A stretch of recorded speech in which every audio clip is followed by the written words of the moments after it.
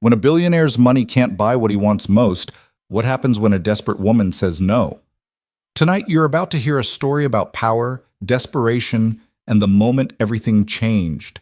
A man who controlled billions, a woman who had nothing left to lose, and one impossible deal that would destroy them both, or save them. Stay with me until the very end of this journey. Hit that like button right now, and drop a comment telling me what city you're watching from. I want to see how far this story travels across the world. Now, let me take you back to where it all began. The rain came down like bullets against the windows of the Peninsula Hotel's penthouse suite, 43 floors above Chicago's Michigan Avenue. Nathan Cole stood with his back to the room, hands in his pockets, watching the storm tear through the city below. Lightning cracked across the sky, illuminating the lake in brief, violent flashes. He didn't turn around when he heard the door open. "Mr. Cole?" A woman's voice, uncertain. "I'm Lena Carter. I know who you are," Nathan said, still facing the window. His reflection in the glass showed a man in his early 30s, sharp-featured, wearing a suit that cost more than most people made in 6 months. "You're 20 minutes late." "The cab got stuck in traffic. The storm. I don't care about the weather." Nathan turned around slowly, and for the first time he looked at her directly. Lena Carter stood just inside the doorway, soaked through despite the cheap umbrella she clutched in one hand. Her dark hair was plastered to her face. Her jacket, worn at the elbows, probably the nicest thing she owned, dripped water onto the marble floor. She was younger than he expected, maybe 30, with tired eyes that had seen too much, and a jawline set with stubborn pride. She looked like someone barely holding on. Good, Nathan thought. Desperate people made better deals. "Sit." He gestured to the leather chair across from his desk, a massive thing of dark wood that dominated one corner of the suite. Lena hesitated, then moved forward, leaving wet footprints across the floor. She sat on the edge of the chair, spine rigid, hands gripping her purse like it might float away. Nathan walked to his desk and opened a folder. "Carter Manufacturing. Founded 1967 by your grandfather, Thomas Carter. Currently run by your father, Robert Carter, who, according to my research, is dying of heart disease and has approximately 8 months to live. The factory employs 2,300 workers in a town of 6,000 people. Without it, the entire town collapses." He looked up. "Did I miss anything?" Lena's face had gone pale. "How did you—" "I know everything about everyone I do business with." Nathan closed the folder. "Your company is drowning. Your father trusted the wrong partner, Marcus Webb, who embezzled $4 million and fled to the Cayman Islands 6 months ago. Your banks won't extend credit. Your equipment is failing. You've got 3 weeks, maybe 4, before you can't make payroll." He leaned back against his desk. "Am I wrong?" "No." The word came out barely above a whisper. "Then you understand why you're here." Lena lifted her chin. "Your assistant said you might be interested in investing, in saving the company." Nathan almost smiled. "My assistant said that because I told her to. But let's be clear about something, Miss Carter. I don't invest in dying companies and dying towns. I don't do charity. I do acquisitions." "We're not for sale." "Everything's for sale." Nathan picked up a glass of scotch from his desk, swirled it once. "The question is price." "Then what's your price?" Lena asked. Her voice shook slightly, but she held his gaze. Nathan took a slow drink, studying her over the rim of his glass. He'd done this before, watched people squirm, watched them calculate how much they were willing to sacrifice. It was his favorite part, the moment right before they broke. $10 million, he said. "Transferred tonight. Enough to pay your debts, repair your equipment, cover payroll for a year while you rebuild. Full operational control stays with your father. I don't touch management. I don't sit on your board. The money is yours, free and clear." Lena's eyes widened. That's more than generous. That's... "In exchange," Nathan continued, cutting her off, "you give me 30 days. The room went very quiet. Even the rain seemed to pause. "I don't understand," Lena said slowly. "I think you do." Nathan set down his glass. 30 days. You here with me. At the end of that time, you go home. The money stays. Your company survives. Everyone wins." The color drained from Lena's face. "You're asking me to—" "I'm not asking anything. I'm making an offer." Nathan's voice was flat, businesslike. You're an adult. You understand what I'm proposing. You accept or you don't. But if you walk out that door without accepting, you won't get another chance. Not from me. Not from anyone. Lena stood up so fast the chair scraped against the floor. You think you can buy me? I think I can buy anything. Nathan didn't move. The question is whether you're willing to sell. Go to hell. She turned toward the door. Think about those 2,000 people, Miss Carter. Nathan's voice stopped her mid-step. Think about the families, the children, the elderly couple who worked at that factory for 40 years and have nothing saved for retirement. Think about your father, watching everything he built turn to dust in his last months of life. He paused. Think about what happens when you say no. Lena stood frozen, her back to him, one hand on the door handle. This is who you are? She asked quietly. This is what having money makes you? Money doesn't make me anything. Money reveals what was always there. Nathan walked closer, stopping a few feet behind her. Everyone judges people like me until they need what we have. Then suddenly, morality gets complicated. So don't stand there and pretend you're better than this, because you came here, didn't you? You put on your nicest clothes and rode through a storm to sit in my hotel room because you need what I can give you. Lena turned around and Nathan saw tears on her face, though her expression was hard. I came here because I thought you were a businessman. I thought maybe you saw value in what we built. I didn't think, her voice cracked. I didn't think you were just another monster who thinks everything has a price. It does. Not me. She yanked open the door. Not ever. And then she was gone, the door slamming behind her with enough force to rattle the frame. Nathan stood alone in the suite, listening to the rain, feeling nothing at all.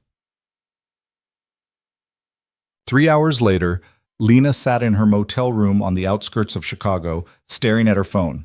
The room was the cheapest she could find, $49 a night, with stains on the carpet and a heater that rattled like it had tuberculosis. She'd spent the last of her cash on the cab ride here from Nathan's hotel. She had $17 left in her wallet and a maxed-out credit card. Her phone showed 43 missed calls, 19 from her father, 14 from union representatives, 10 from workers she'd known her entire life. She couldn't answer any of them. Instead, she pulled up her banking app and stared at the numbers. Carter Manufacturing's operating account, $43,128.67. Payroll was due in 12 days.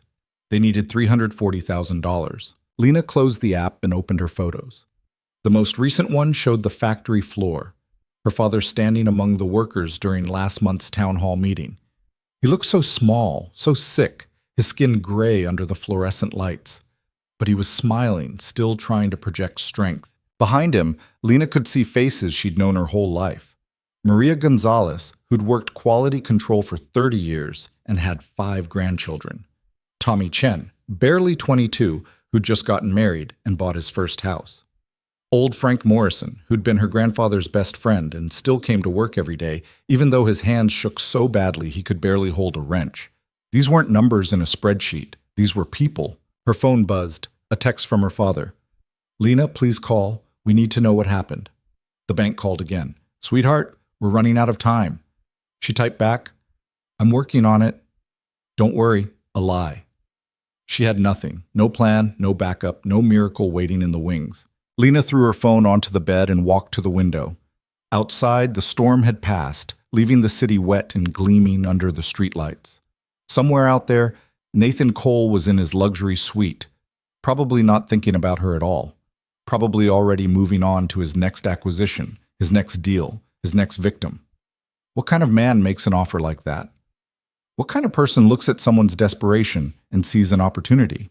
But even as she thought it, another voice whispered in the back of her mind, what kind of person lets 2,000 families suffer because she's too proud to make a sacrifice? No, Lena said aloud to the empty room. No, there has to be another way. She grabbed her laptop and spent the next 2 hours searching for options. Emergency loans, government programs, other investors. But everywhere she looked, the answer was the same. Too much risk, too little time, too small a return. At 2 a.m., her phone rang. Her father. Lena stared at it for a long moment before answering. Dad. Thank God. Robert Carter's voice was thin, exhausted. Lena, where are you? Are you still in Chicago? Yeah, I'm staying overnight.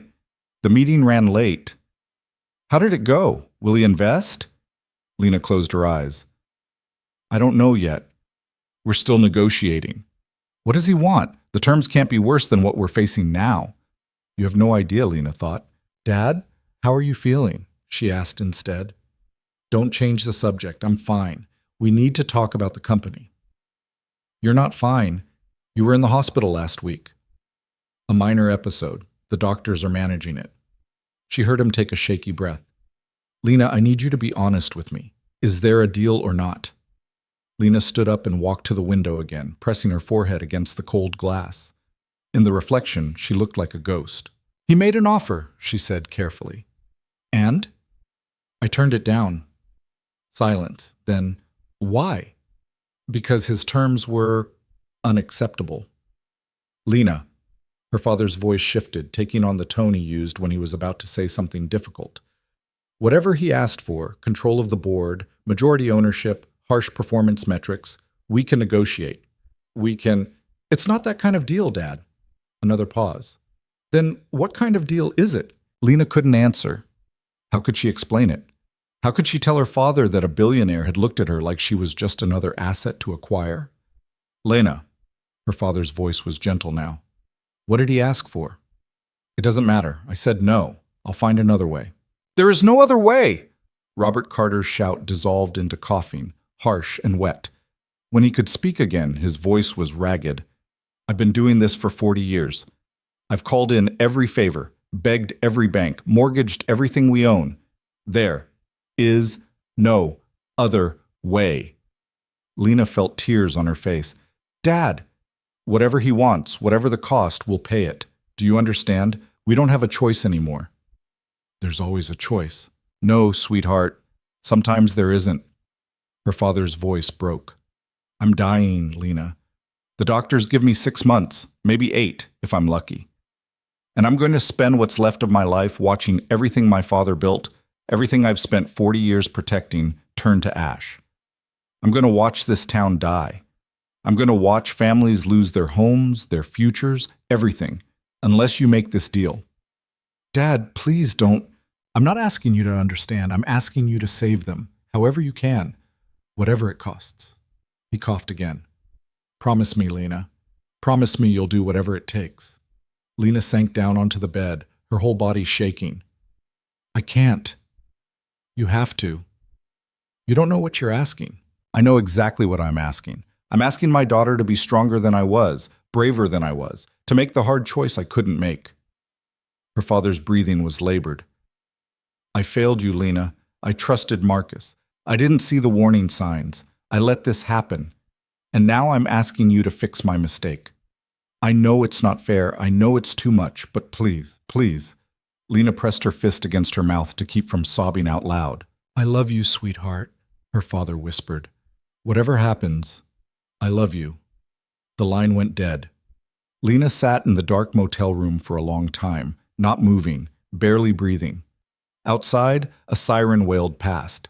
A car door slammed. Normal people living normal lives, unaware that somewhere, someone's entire world was collapsing. She picked up her phone and scrolled through her photos again. The factory, the workers, her father, her grandfather's portrait hanging in the office. 60 years of history. 60 years of families fed, children raised, lives built. All of it resting on her shoulders now. Lena thought about Nathan Cole's cold eyes, his casual cruelty, the way he'd spoken about human beings like they were numbers on a balance sheet. She thought about what he'd asked for. 30 days of her life, 30 days of humiliation, of being treated like property, of becoming exactly what he thought she was, something to be bought and used. Could she do it? Could she sacrifice herself like that? More importantly, could she live with herself if she didn't? At 3 a.m., Lena made her decision. She didn't pray about it. She didn't write it down. She didn't call anyone for advice. She simply stood up, splashed cold water on her face, and grabbed her phone. Nathan Cole's business card was still in her jacket pocket, slightly damp from the rain. She stared at the number for a full minute before dialing. He answered on the second ring. I was wondering when you'd call. The offer, Lena said, her voice steady despite everything. Is it still on the table? It is. $10 million. The company stays independent. My father keeps control. You don't interfere with operations. That's the deal. Lena closed her eyes. And 30 days? That's all you want? That's all. And at the end, I can go home? At the end, you walk away. Clean break. The money stays with your company. We never see each other again. It sounded too simple, too clean. Lena knew it wouldn't be. Nothing with men like Nathan Cole was ever simple. I need something in writing, she said. A contract. Terms. Guarantees. My lawyers will have everything ready by tomorrow morning. I want to review it before I sign. Of course. Nathan's voice was smooth, professional. Anything else? Yeah? Lena opened her eyes. I want you to know that I hate you. I want you to know that this doesn't make you powerful. It makes you pathetic. And I want you to know that 30 days from now, when I leave, I'm going to forget you ever existed. Silence. Then, noted. Be at my suite tomorrow at 10 a.m. Don't be late. He hung up. Lena stood in the motel room, phone in hand, and tried to remember how to breathe. She'd just agreed to sell herself to a monster. She'd just traded 30 days of her life for the survival of 2,000 families. She'd just crossed a line she never thought she'd cross. And the worst part, the part that made her stomach turn, was that a small, terrible part of her felt relieved. Because at least now she had a plan. At least now she could save them, even if it destroyed her in the process. The next morning, Lena arrived at Nathan's suite at exactly 10 a.m. She'd gone shopping at a discount store, using the last of her credit to buy clothes that didn't look like she'd been sleeping in them. Dark jeans, a simple blouse, enough to look presentable without looking like she was trying too hard. Nathan's assistant, a severe woman in her 50s named Margaret, met her at the door and led her to a conference table where 3 lawyers sat with a stack of documents. Nathan wasn't there. Mr. Cole is on a call, Margaret said crisply. He'll join us shortly. In the meantime, please review the contract. Lena sat down and started reading. The document was 23 pages long, dense with legal language, but the core terms were clear. Nathan would transfer $10 million to Carter Manufacturing's operating account within 24 hours of Lena signing the agreement. In exchange, Lena would remain in Chicago, available to Nathan, for 30 consecutive days. She would have her own bedroom in the suite, her own bathroom, freedom to come and go during daylight hours. But she would be expected to have dinner with Nathan every evening and to spend her nights in the suite. There was no mention of sex, no explicit demands, just companionship and availability. Lena looked up at the lawyers. What does availability mean? The lead lawyer, a man with silver hair and dead eyes, didn't blink. Whatever Mr. Cole requires during the contracted period. That's not specific enough. Mr. Cole prefers flexibility in his arrangements. I prefer clarity. Lena pushed the contract back across the table. Either this gets more specific, or I walk. The lawyers exchanged glances. One of them stood and left the room. 5 minutes later, Nathan walked in. He looked different in daylight. Younger, maybe, or just more human. He wore jeans and a black sweater, no tie, no armor of expensive fabric. His dark hair was slightly messy, like he'd been running his hands through it. Problem? He asked, looking at Lena. Your contract is vague. It's intentionally vague. Then we don't have a deal. Lena stood up. I'm not signing something that gives you carte blanche to do whatever you want for 30 days. Nathan dismissed the lawyers with a wave. They filed out quickly, closing the door behind them. Sit down, Nathan said. I'm leaving. Sit down, Miss Carter, please. The please surprised her. Lena sat. Nathan took the chair across from her, leaning back, studying her with those cold, calculating eyes. You want specifics? Fine. Here are the specifics. You'll live here in this suite for 30 days. You'll have your own room. You won't be locked in. You can leave during the day, shopping, walking, whatever. But you'll be here for dinner every night at 7 p.m. After dinner, we'll spend the evening together. Talking, watching movies, playing chess. I don't care. At midnight, you can go to bed. Your room alone. Lena frowned. That's it? That's it. You're paying $10 million for someone to have dinner with you? I'm paying $10 million for 30 days of your time. What we do with that time is negotiable. And if you want more than dinner, Nathan's expression didn't change. Then I'll ask, and you'll say yes or no. And if you say no, I'll respect it. Why should I believe that? Because if I wanted to force you, I wouldn't need a contract. I'd just take what I wanted and deal with the consequences. He leaned forward. But that's not what this is about. Then what is it about? Honestly? Nathan smiled, but it didn't reach his eyes. I don't know yet. Maybe I just want to see if someone like you can be bought. Maybe I want to prove that everyone has a price. Maybe I'm just bored. He shrugged. Does it matter? Lena wanted to hit him. She wanted to scream that yes, it mattered, that you couldn't just treat people like experiments, like entertainment. But she didn't, because screaming wouldn't change anything. Add a clause, she said instead. Add a clause that says I have complete autonomy over my own body, that any physical contact requires my explicit consent, that I can say no at any time, for any reason, with no consequences. Nathan considered this. Fine, but you add a clause too. You agree to make a genuine effort, no sulking in your room, no refusing to talk.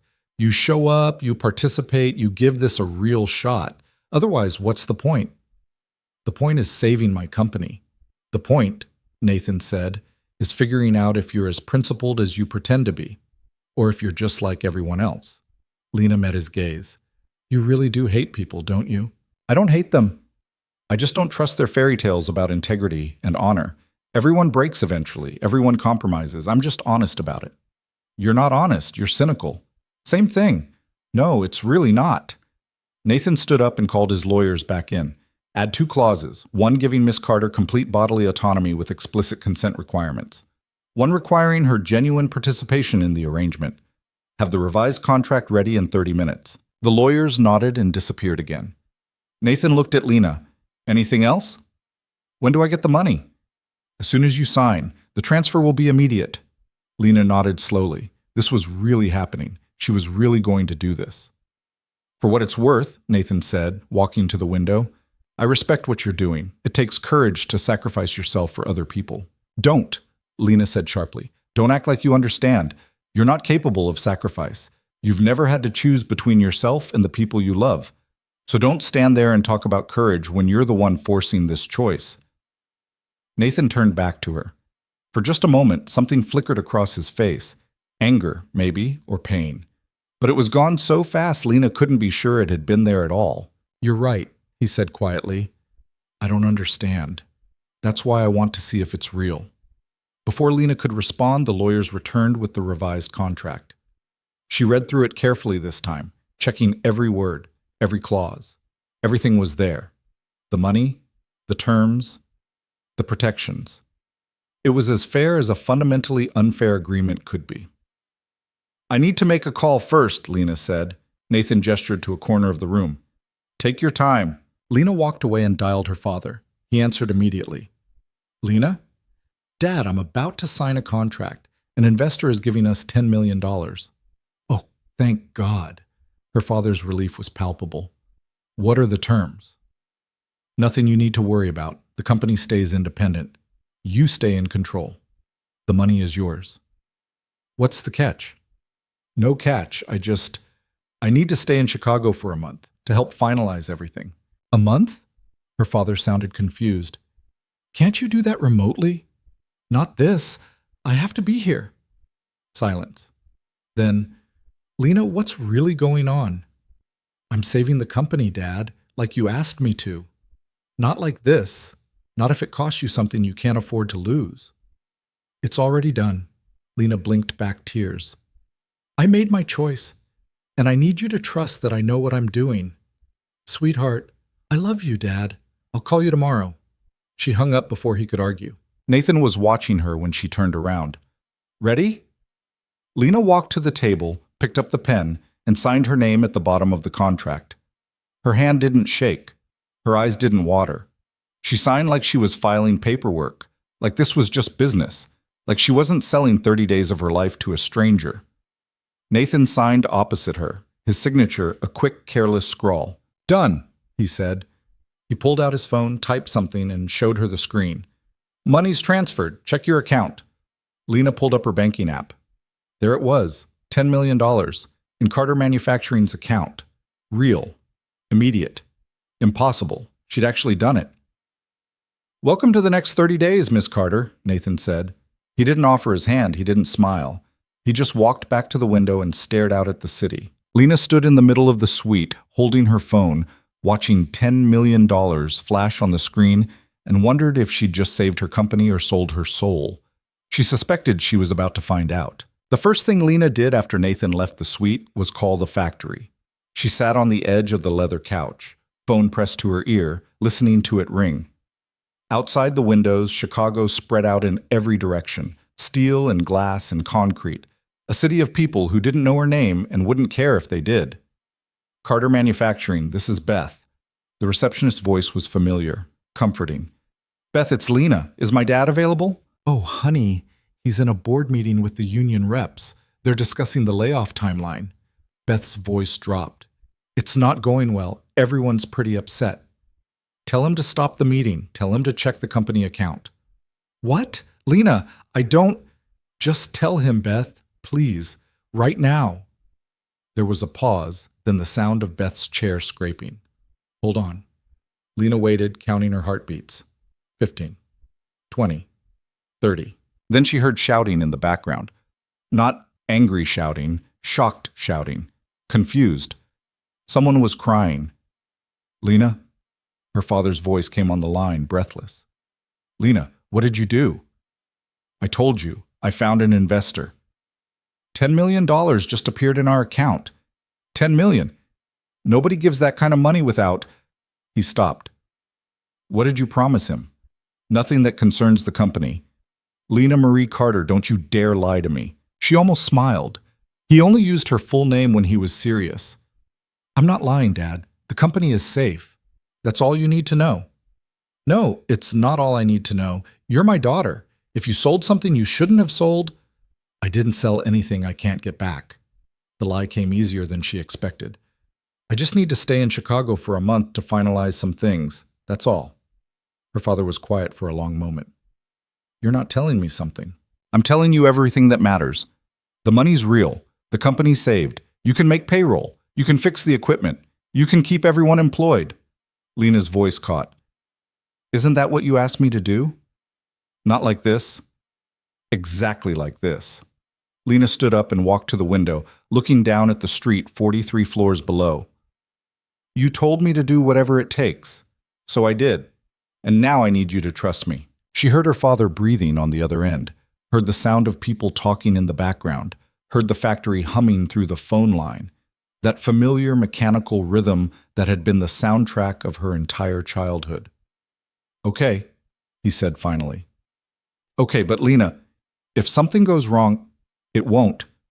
But if it does, you call me. You hear me? You call me and I'll come get you, money or no money." "I will, Dad. I promise." "I love you, sweetheart." "I love you too." Lena hung up and stood there for a while, phone in hand, trying to feel something other than numb. She'd done it. She'd actually saved the company. 2,000 people would keep their jobs. Families would keep their homes. Children would keep eating. The town would survive. All it cost was 30 days of her life. The door to Nathan's office opened. He emerged carrying a laptop and a coffee cup, looking annoyingly casual. "Your room is down that hall," he said, gesturing. "Second door on the left. Margaret had your things sent over from the motel." Lena frowned. "How did you know which motel?" "I know everything about everyone I do business with. We covered this."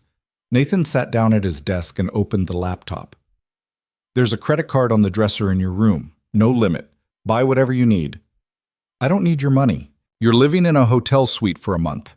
You'll need clothes, toiletries, whatever else people need." He didn't look up from his screen.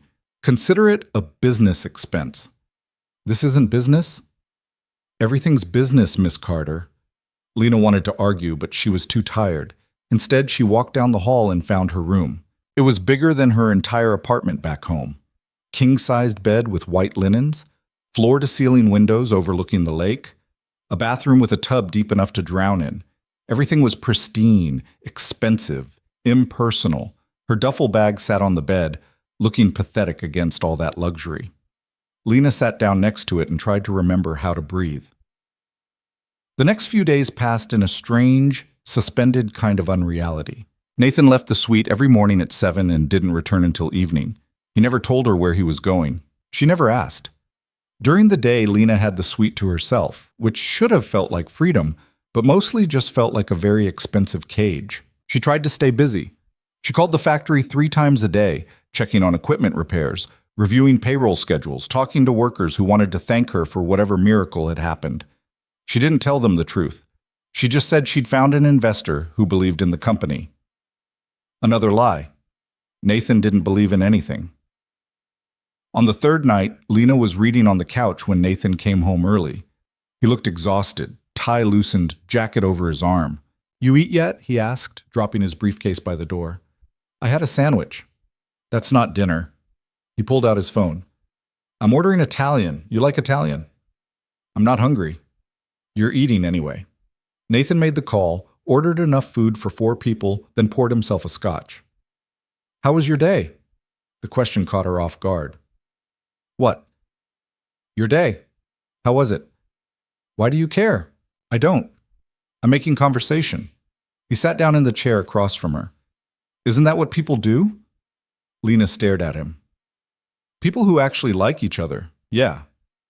We don't have to like each other. We just have to coexist for 30 days. Nathan took a drink. "So, how was your day?" "Fine. I talked to the factory. They're starting repairs next week." "Good. That's it? Good? What else do you want me to say?" "I don't know. Maybe ask about the repairs. Pretend to care about the company you just invested $10 million in?" Nathan smiled without humor. "I didn't invest in the company, Miss Carter. I invested in you." The words hung in the air between them like smoke. "Don't say things like that," Lena said quietly. "Why not? It's true." "Because it makes this worse than it already is." Nathan studied her for a moment, then stood and walked to the window. "You think I'm a monster?" It wasn't a question, but Lena answered anyway. "Yes. Fair enough." He didn't turn around. "But monsters are usually created, not born. You ever think about that? I don't care about your origin story. Everyone has one. Mine's not particularly interesting. Rich father, absent mother, boarding schools, business degree, inherited fortune." He said it like he was reading from a resume. "I learned early that money solves most problems and creates interesting new ones. Is that what I am? An interesting problem?" Nathan turned around. "You're an experiment. I'm a person. People are just data points with emotions." He finished his drink and set the glass down. "I wanted to see if someone like you, someone who talks about integrity and sacrifice, would actually follow through when it counted. And you did. You signed the contract. You took the money. So now I'm waiting to see what happens next." Lena stood up, anger finally cutting through the numbness. "You want to know what happens next? Nothing. I sit in this suite for 30 days. I have awkward dinners with you. I count down the hours until I can go home. And then I forget you ever existed." "You really think it'll be that simple?" "It has to be." "Why?" "Because if it's not simple, then I made a mistake." Lena's voice shook. "And I can't afford to have made a mistake." The doorbell rang. Nathan went to answer it, tipping the delivery person in cash before bringing the food to the dining table. "Eat," he said. Lena wanted to refuse, but she was actually hungry, and the food smelled incredible. She sat down across from him and took a plate of pasta. They ate in silence for a while. Then Nathan said, "Tell me about the factory." "Why?" "Because I'm curious. You sacrificed a month of your life for it. It must be important." Lena put down her fork. "My grandfather started it after the war. He was a machinist, barely had 2 nickels to rub together, but he saw an opportunity. At first it was just him and 5 other guys in a garage making parts for farm equipment. But he was good at it, reliable. Word spread. Within 10 years, he had 50 employees. Within 20, he had 300. "And your father took over?" "When I was 12, Grandpa had a stroke. Dad wasn't ready. He'd been studying engineering, not business, but he figured it out. He cared about the workers, made sure everyone got fair wages, good benefits. When the recession hit in 2008, he took out a second mortgage on our house rather than lay people off." Lena looked down at her plate. "That's who he is. That's who we are. We don't throw people away when things get hard. Admirable, Nathan said. Stupid, but admirable. It's not stupid to care about people. It is if it destroys you. Better than being destroyed because you don't care about anything. Nathan set down his fork. You think I don't care about anything? I think you care about money and power and winning. I think you look at people and see transactions. I think you're so empty inside that you have to buy human connection because you can't build it. Lena met his eyes. Am I wrong? For a long moment, Nathan didn't answer. His expression was unreadable, that careful mask he wore slipping just enough for Lena to see something underneath, something that looked almost like pain. Then it was gone. No, he said quietly. You're not wrong. The honesty surprised her. Lena didn't know what to say. Nathan stood and started clearing plates. I have work to do. You can watch TV, read, whatever. Just be here tomorrow at 7. Where else would I be? He didn't answer. He just disappeared into his office, closing the door behind him.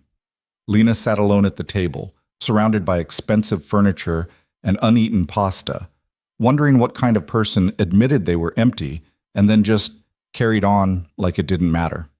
A week passed, then another. The days developed a rhythm. Nathan left early.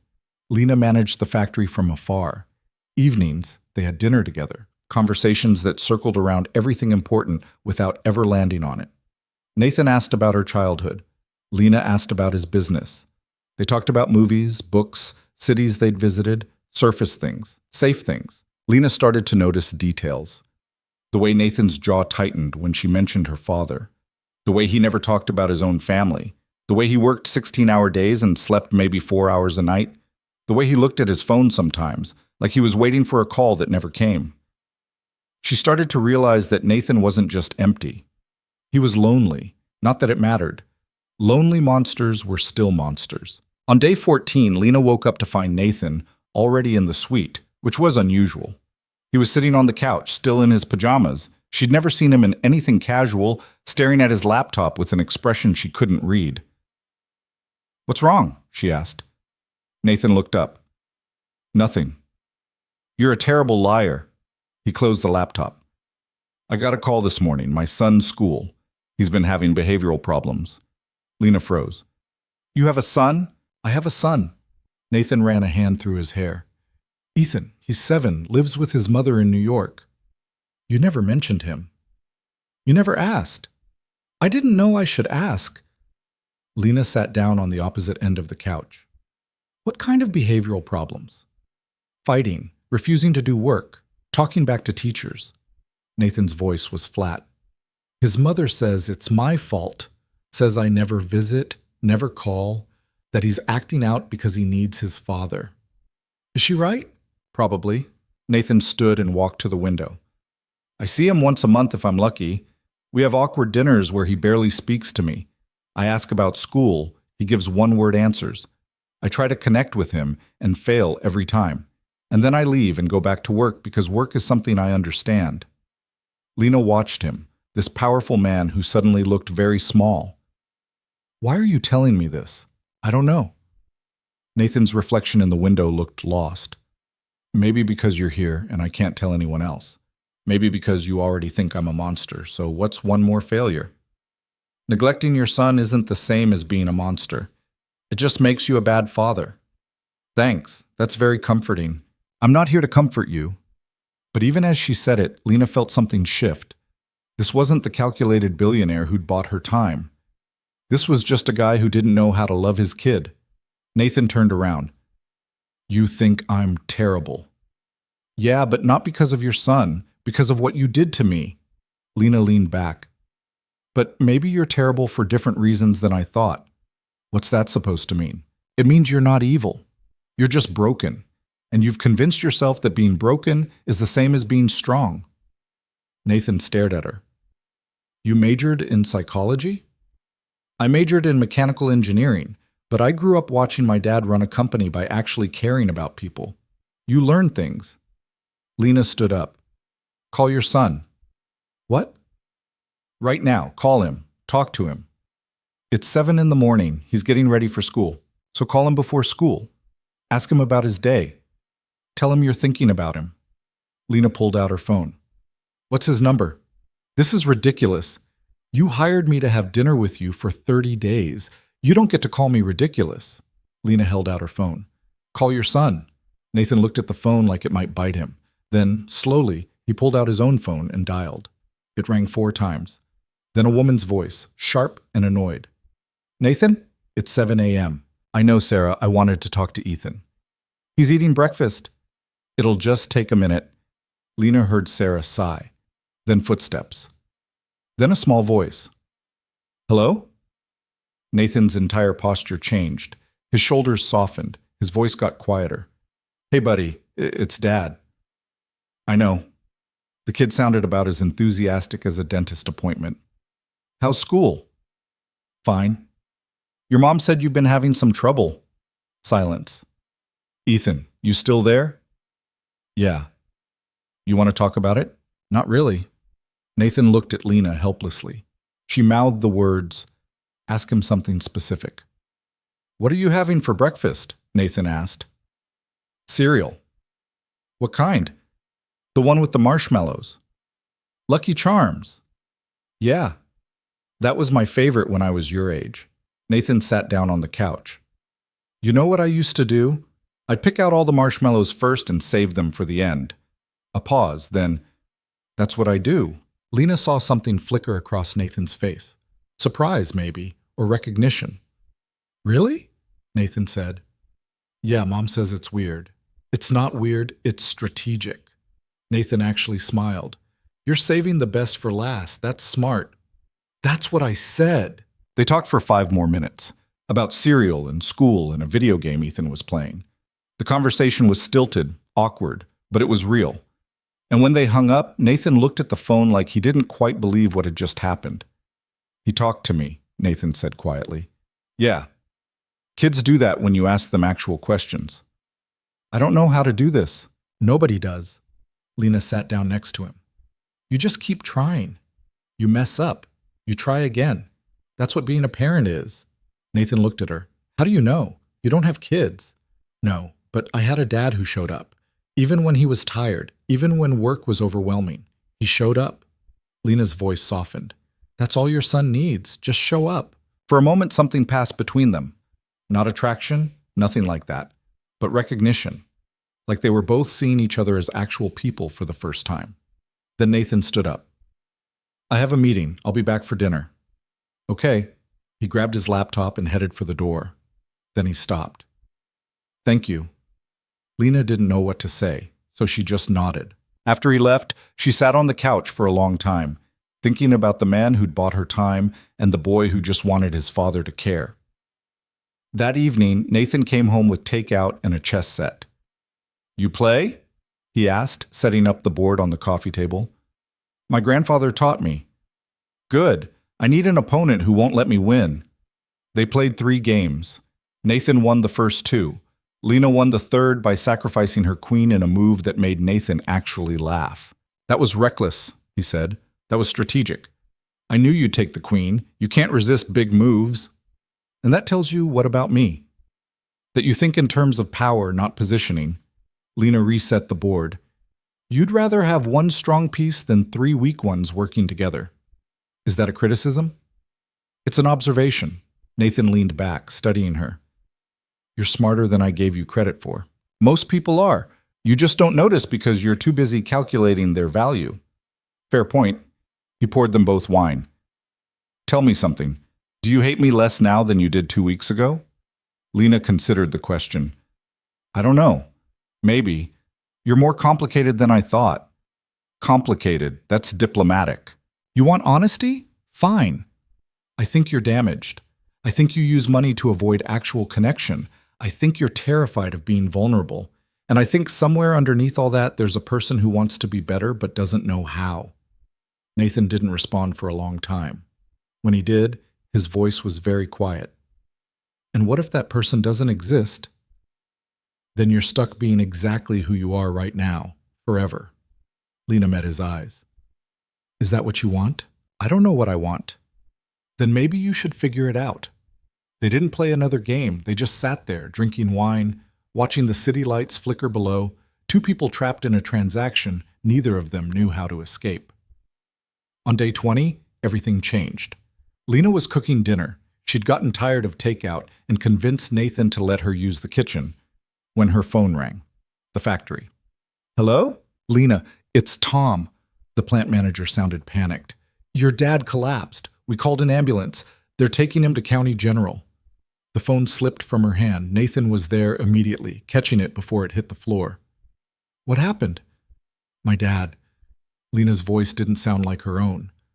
He collapsed. I need to go home. We'll go right now. Nathan was already grabbing his keys. I'll have my plane ready in 30 minutes. You have a plane? Yes. Come on. They were in the air 40 minutes later, Nathan's private jet screaming through the night sky toward her small town. Lena sat by the window, watching clouds blur past, trying not to think about what she'd find when they landed. Nathan sat across from her, making calls, coordinating with the hospital, arranging transportation, being efficient because efficiency was what he knew. He's stable, Nathan said, hanging up. They're running tests, but he's conscious, asking for you. Lena nodded, not trusting herself to speak. Hey, Nathan leaned forward. He's going to be okay. You don't know that. No, but panicking won't help him. I'm not panicking. Your hands are shaking. Lena looked down. He was right. She clenched her fists. I should have been there. I should have been home. You were saving his company. I was sitting in a hotel room playing chess with you, while my father— Stop. Nathan's voice was firm. You did what he asked you to do. You made the hard choice. You can't control what happens after that. Says the man who controls everything. I control money. I control businesses. I can't control whether people live or die. Nathan's expression shifted. Trust me. I've tried. There was something in his voice, something old and hurt, that made Lena look at him differently. Who did you lose? She asked quietly.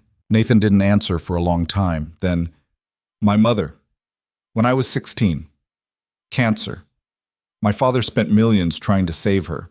Best doctors, experimental treatments, everything. It didn't matter. She died anyway. I'm sorry. Don't be. It was a long time ago. But the way he said it told Lena it wasn't long ago at all. Not really. They landed an hour later. A car was waiting. Nathan drove, fast and focused, navigating unfamiliar roads like he'd memorized them. How do you know where you're going? Lena asked. GPS. You're not looking at your phone. I looked before we landed. Nathan took a sharp turn. Hospital's 3 miles straight, then left on Oakwood. Despite everything, Lena almost smiled. Of course he'd memorized the route. They reached the hospital just after midnight. Lena ran inside, Nathan following behind her. Her father was in ICU, hooked up to machines, looking small and gray against the white sheets. But he was awake. And when he saw Lena, he smiled. Hey, sweetheart. Dad. Lena grabbed his hand. What happened? Just a scare. Doctors say my heart's acting up again. They're keeping me overnight for observation. He looked past her at Nathan. Who's this? Nathan Cole, the investor I told you about. Robert Carter's eyes narrowed. You came all the way here? Lena needed to see you, Nathan said simply. Thank you. Her father looked between them, clearly trying to figure something out. Lena, can you give us a minute? Dad, you need to rest. 1 minute. Lena looked at Nathan, who nodded. She stepped into the hallway, leaving them alone. Through the window, she watched her father talking to Nathan, saw Nathan's posture stiffen, saw her father's expression shift from suspicion to something else, understanding, maybe, or anger. Then Nathan stood and walked out. What did he say to you? Lena asked. Your father's perceptive. Nathan's face was unreadable. He asked what I really want from you. I told him the truth, which is that I don't know anymore. Nathan started walking toward the exit. I'm getting a hotel room. You should stay with your father. Nathan, wait! But he was already gone. Lena went back into her father's room. What did you say to him? I asked him what this investment cost you. Her father's voice was weak but clear, and he didn't lie. I respect that at least. Dad, you sold him a month of your time. It wasn't a question. Lena sat down slowly. Yes. And what else? Nothing else. Just time. Dinner. Conversation. Her father studied her face. You're telling me the truth? I'm telling you the truth. He closed his eyes. I never should have asked you to do whatever it takes. You didn't think I'd actually do it. Lena squeezed his hand. But I did. And it's okay. He's not what I thought he was. What is he? Lena thought about Nathan on the plane, talking about his mother. Nathan playing chess and actually laughing. Nathan calling his son and trying to figure out how to be a father. Lonely, she said finally. He's just lonely. Her father opened his eyes. That makes him more dangerous, not less. Why? Because lonely people get attached, and attachment complicates everything. Lena wanted to argue, but she couldn't, because her father was right. Somewhere in the last 20 days, this had stopped being a transaction. She didn't know when it happened. Maybe during chess games, maybe during late-night conversations, maybe when Nathan called his son and she saw him vulnerable for the first time. But it had happened, and she had no idea what to do about it. She stayed with her father until dawn, then went to find Nathan. He was in a diner across the street, drinking coffee and staring at nothing. He's stable, Lena said, sliding into the booth across from him. They're releasing him this afternoon. Good. Thank you for bringing me here. You don't need to thank me. I do, though. You didn't have to do this. Nathan looked at her. You're right. I didn't have to. I wanted to. The words hung between them, heavy with meaning neither of them wanted to examine. The deal, Lena said. We still have 10 days left. I know. What happens after that? Nathan's jaw tightened. You go home. I go back to Chicago. We never see each other again. That was the arrangement. Right. The arrangement. Lena wrapped her hands around a coffee cup she hadn't ordered. And if one of us wants something different, then that person needs to remember why we made the deal in the first place. Nathan stood up, dropping cash on the table. I'm going back to Chicago. Stay here. Be with your father. I'll see you when you're ready to come back. And if I don't come back? Nathan stopped. For a moment, Lena thought he might say something real, something honest. Instead, he just walked out of the diner without looking back. Lena sat alone in the booth, watching the sun rise over the small town she'd sold 30 days of her life to save, and wondered if maybe her father was right. Maybe Nathan wasn't dangerous because he was cruel. Maybe he was dangerous because somewhere in the last 20 days she'd stopped hating him. And that changed everything. Lena stayed in her hometown for 3 days. 3 days of sitting by her father's bedside, reassuring workers at the factory, walking streets she'd known her entire life while trying not to think about the man who'd flown back to Chicago alone. On the morning of the 4th day, her father looked at her from his hospital bed and said, You need to go back. I'm not leaving you. I'm fine. The doctor said so. I'm going home tomorrow. Robert Carter adjusted his pillow with shaky hands. But you've got 6 days left on your deal. 7, actually. 7 then. Her father's eyes were sharp despite his exhaustion. You planning to break your contract? I don't know what I'm planning. Lena. He waited until she met his gaze. I've been thinking about this Nathan Cole, about what kind of man makes that deal, and what kind of man gets on a plane in the middle of the night because you needed him to. He didn't do it for me. He did it because why? Because the contract said so? Because he's protecting his investment? Her father shook his head. Men like that don't do anything unless it serves them. So the question is, what does helping you serve? Lena didn't have an answer. Go back, her father said. Finish the deal. And figure out what's really happening between you two before it's too late.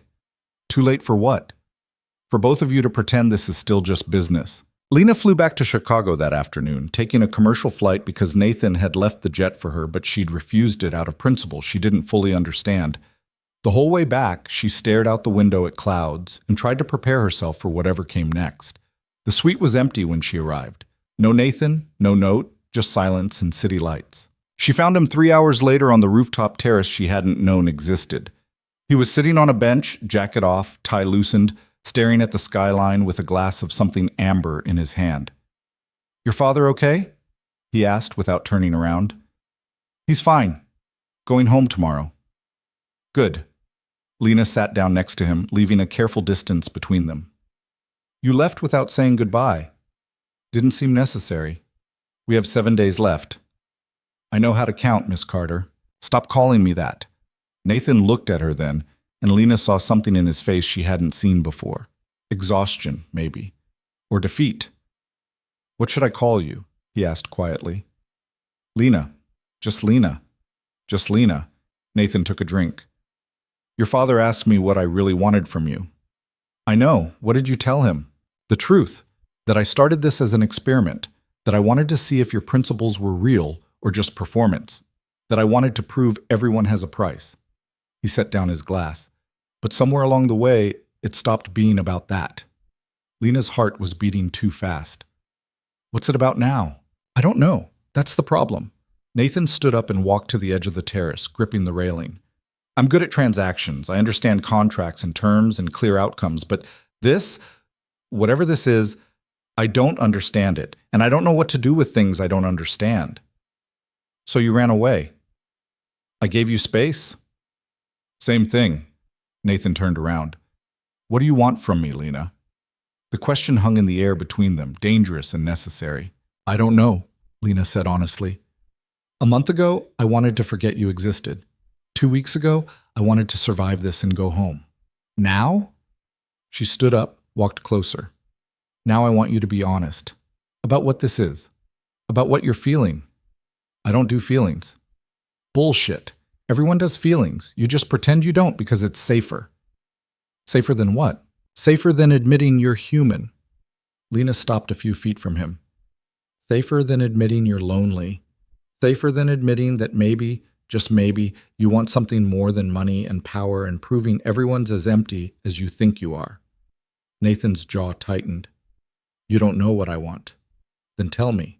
For a long moment, Nathan just looked at her. Then he said, very quietly, I want to be different than I am. I want to be the kind of person who knows how to love his son, who knows how to connect with people without buying them, who doesn't wake up every morning in a suite worth more than most people make in a lifetime and feel absolutely nothing. The confession hung between them, raw and real. So be different, Lena said. It's not that simple. It is actually. You just decide to be different and then you do the work. Lena moved closer. You think I wasn't terrified when I signed that contract? You think I didn't hate myself for it? But I did it anyway because the alternative was worse. So if you want to change, change. Stop waiting for permission. And if I fail? Then you fail. And you try again. Lena was close enough now to see the flecks of gold in Nathan's eyes, close enough to smell his cologne mixed with whiskey. That's what being human is, trying and failing and trying again. Nathan reached out slowly, like he was testing whether she'd pull away, and touched her face. Just a brush of fingers against her cheek, tentative and careful. I'm not good at this, he said. I know. I'm probably going to hurt you. Probably. So why are you still here? Lena caught his hand, held it against her face. Because I think underneath all the damage and cynicism and defense mechanisms, there's someone worth knowing, and I think you know it too. You're just scared. I'm not scared. Everyone's scared of something. Lena let go of his hand. The question is whether you're brave enough to try anyway. Nathan stepped back, and for a second Lena thought she'd pushed too hard. Then he said, I need to show you something. He led her back down to the suite, into his office, and opened his laptop. On the screen was a document, legal papers, dense with text. I had my lawyers draw this up yesterday, Nathan said. It dissolves our contract. You're free to go, right now, tonight, whenever you want. The money stays with your company regardless. No strings, no obligations. Lena stared at the document. Why? Because your father was right. This stopped being a transaction. And I don't want you here because of a contract. I want you here because you choose to be. Nathan looked at her. So choose. And if I choose to leave, then you leave, and I figure out how to be a better person on my own. And if I stay, Nathan's expression shifted into something vulnerable, something almost hopeful. Then we figure it out together. No contract, no obligations, just two people trying to be better than they were yesterday. Lena looked at the document, then at Nathan, then back at the document. A month ago, this would have been everything she wanted. Freedom, release. The ability to go home and forget any of this happened. But now? Now she wasn't sure she wanted to forget. I need time to think, she said. Nathan nodded. Take all the time you need. That night, Lena lay in her room staring at the ceiling, turning the question over and over in her mind. Stay or go. Choose the man who'd bought her time or choose her principles. Choose the possibility of something real or choose the safety of familiar ground. She thought about her father, dying slowly in a town that needed him. She thought about the factory workers, their lives saved by blood money. She thought about Nathan calling his son, trying so hard to connect. She thought about the look on his face when he touched her cheek, like he was surprised his own hand knew how to be gentle. At 2 a.m., she got up and walked to Nathan's office. He was still there, still awake, surrounded by paperwork and the blue glow of computer screens. Can't sleep? He asked. Can you? Haven't been sleeping well for years. Nathan leaned back in his chair. Insomnia's more honest than dreams. Lena sat down across from him. I'm staying. Something flickered across Nathan's face. Relief, maybe, or fear. You're sure? No, but I'm doing it anyway. Lena picked up a pen from his desk. On one condition. Name it. No more games, no more tests, no more trying to prove I have a price or that my principles are performance. She met his eyes. You want me here? Then treat me like a person, not an experiment. Deal. Nathan held out his hand. Lena shook it, and the formality of the gesture almost made her laugh. Here they were, sealing an agreement to be honest with each other like it was a business transaction. Maybe that was the only language Nathan knew, but he was trying, and that had to count for something. The next morning, Nathan did something he never did.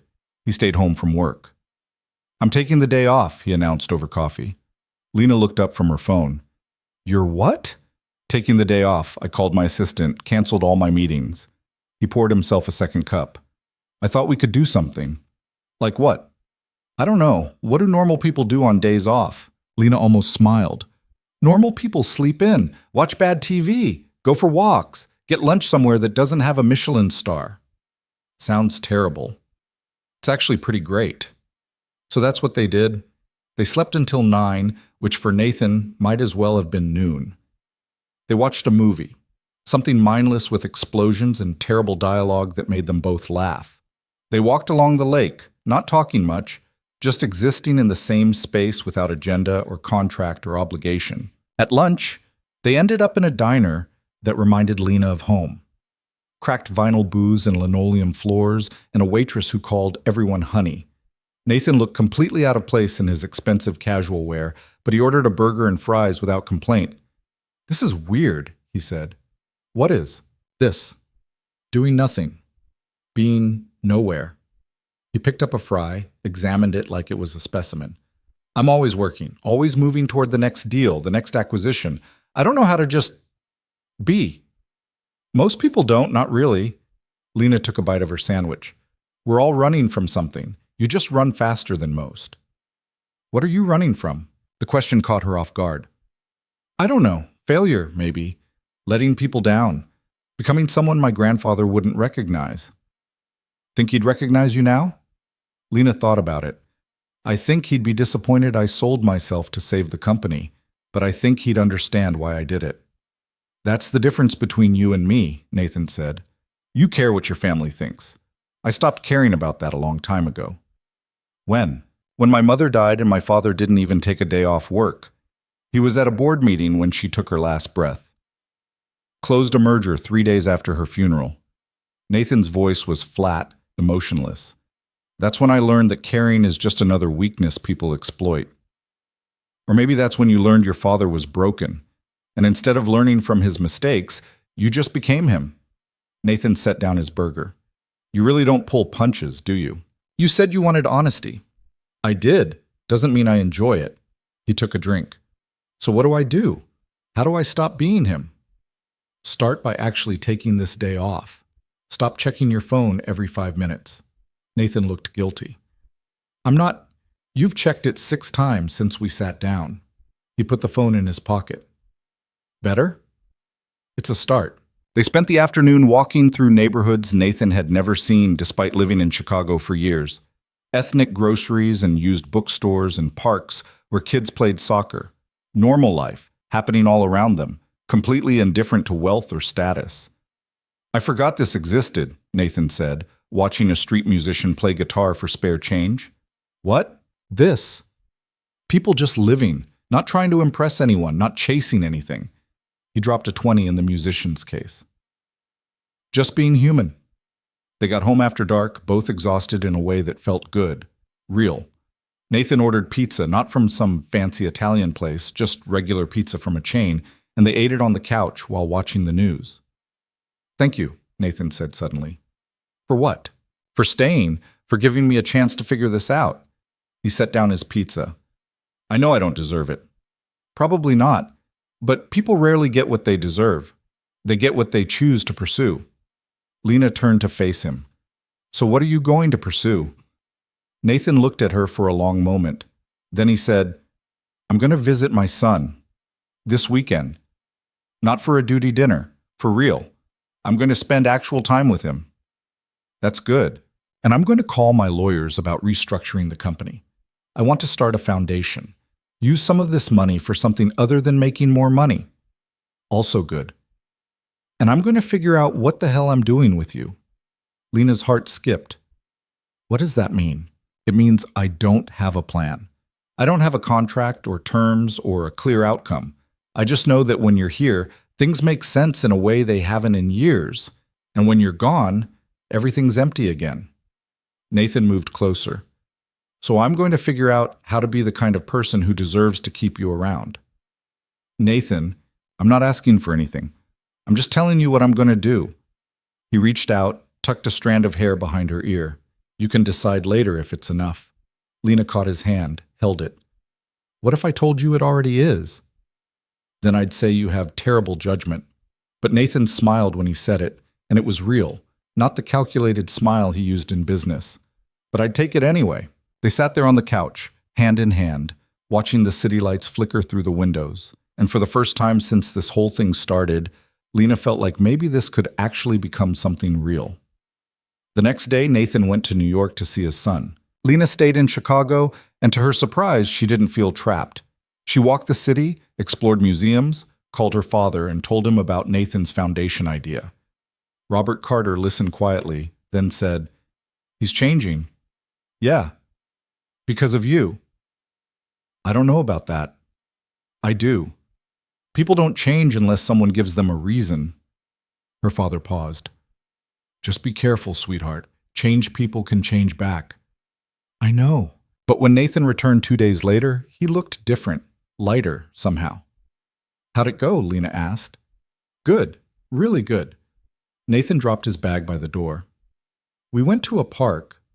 Played basketball. I'm terrible at basketball, by the way. He laughed at me. A lot. Then we got ice cream and just talked about school, about his friends, about everything. He sat down, still smiling. He asked when I'm coming back, not because he has to ask, because he wants me to.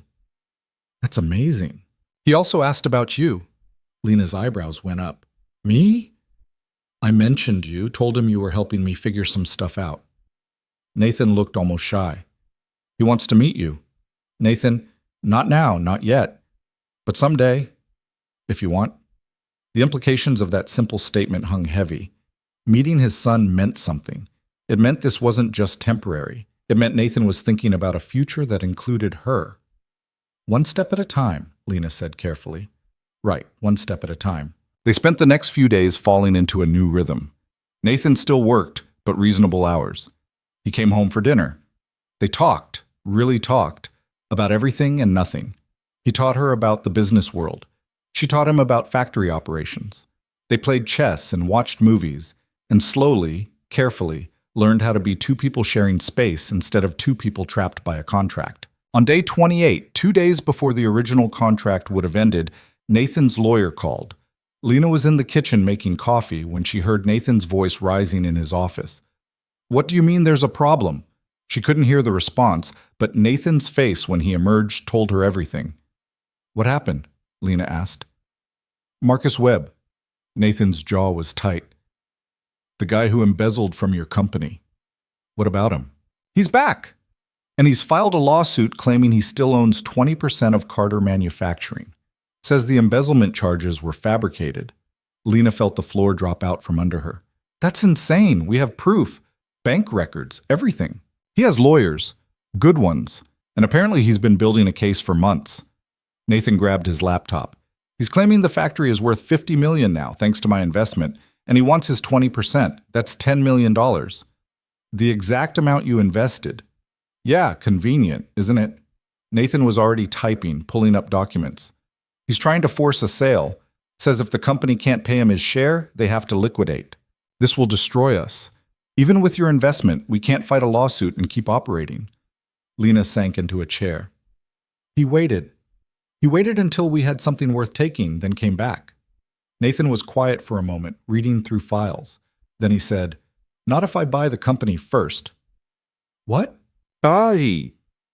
If I acquire Carter Manufacturing outright, Webb's claim becomes worthless. He can't sue for ownership of something I own. Nathan looked up. I'll pay fair market value. Your father keeps his position, keeps running operations. Nothing changes except the name on the paperwork. Lena stared at him. You want to buy my family's company. I want to protect it. By owning it. By making sure Webb can't take it. Nathan closed his laptop. Look, I know how this sounds, but it's the only way to shut him down fast enough to matter. And after? After Webb is gone? After, we figure it out. Maybe I sell it back to your father for $1. Maybe we restructure it as a trust. I don't know, but right now, we need to move fast. Lena stood up and walked to the window. Below, Chicago hummed with life. People going to work, living their lives, unaware that somewhere above them, someone's entire world was falling apart again. This is what you do, isn't it? She said quietly. You see opportunities in other people's disasters. That's not what this is. Isn't it? Marcus creates a crisis, and suddenly you get to own the thing I sold myself to save. Lena, don't. She turned around. Don't tell me it's different now. Don't tell me you've changed, because this is exactly who you were a month ago. You see something you want and you take it. I'm trying to help you. By taking control? By making sure I'm dependent on you forever? Lena felt tears building. You said you wanted to be different. You said you wanted to change. But the first real test, and you revert right back to the billionaire who thinks money solves everything. What do you want me to do? Nathan's voice rose. Let Webb destroy everything? Let 2,000 people lose their jobs because I didn't act? I want you to ask me first. I want you to treat me like a partner, not a problem to solve. Lena grabbed her jacket. I want you to be the person you were yesterday instead of the person you were a month ago. Where are you going? I don't know. Anywhere but here. Nathan moved between her and the door. We need to deal with this. We need to make a decision. No, you need to make a decision. That's always been the problem. You make decisions and everyone else lives with the consequences. Lena pushed past him. I need air. I need to think. She left the suite, took the elevator down 43 floors, and walked out into the Chicago night. The streets were cold and wet from rain she hadn't noticed falling. Lena walked without direction. Just walked, trying to process what had just happened. Part of her knew Nathan was right. They needed to act fast. Webb was a snake, and he'd strike the moment he sensed weakness. But another part, the part that had spent a month watching Nathan slowly become human, felt betrayed. Because buying the company wasn't about protection, it was about control. And control was what Nathan did when he was scared. She found herself at the lake, staring at dark water and darker sky. Her phone buzzed. Nathan, please come back. We need to talk. She typed, I need time. Nathan, we don't have time. Lena, then make a decision without me. That's what you're good at. She turned off her phone and sat on a bench, watching waves crash against the shore. Hours passed. The rain stopped. The sky started to lighten with pre-dawn gray. When Lena finally turned her phone back on, she had 17 missed calls from Nathan and 1 voicemail. She played it. Lena, Nathan's voice was rough, exhausted. I called my lawyers, told them we're not buying the company. We're going to fight Webb in court. It'll be expensive and it'll be messy and we might lose. But you're right. I can't fix this by taking control. I can't be the person I want to be if I keep doing things the way I always did. A pause. I'm going to your town tomorrow.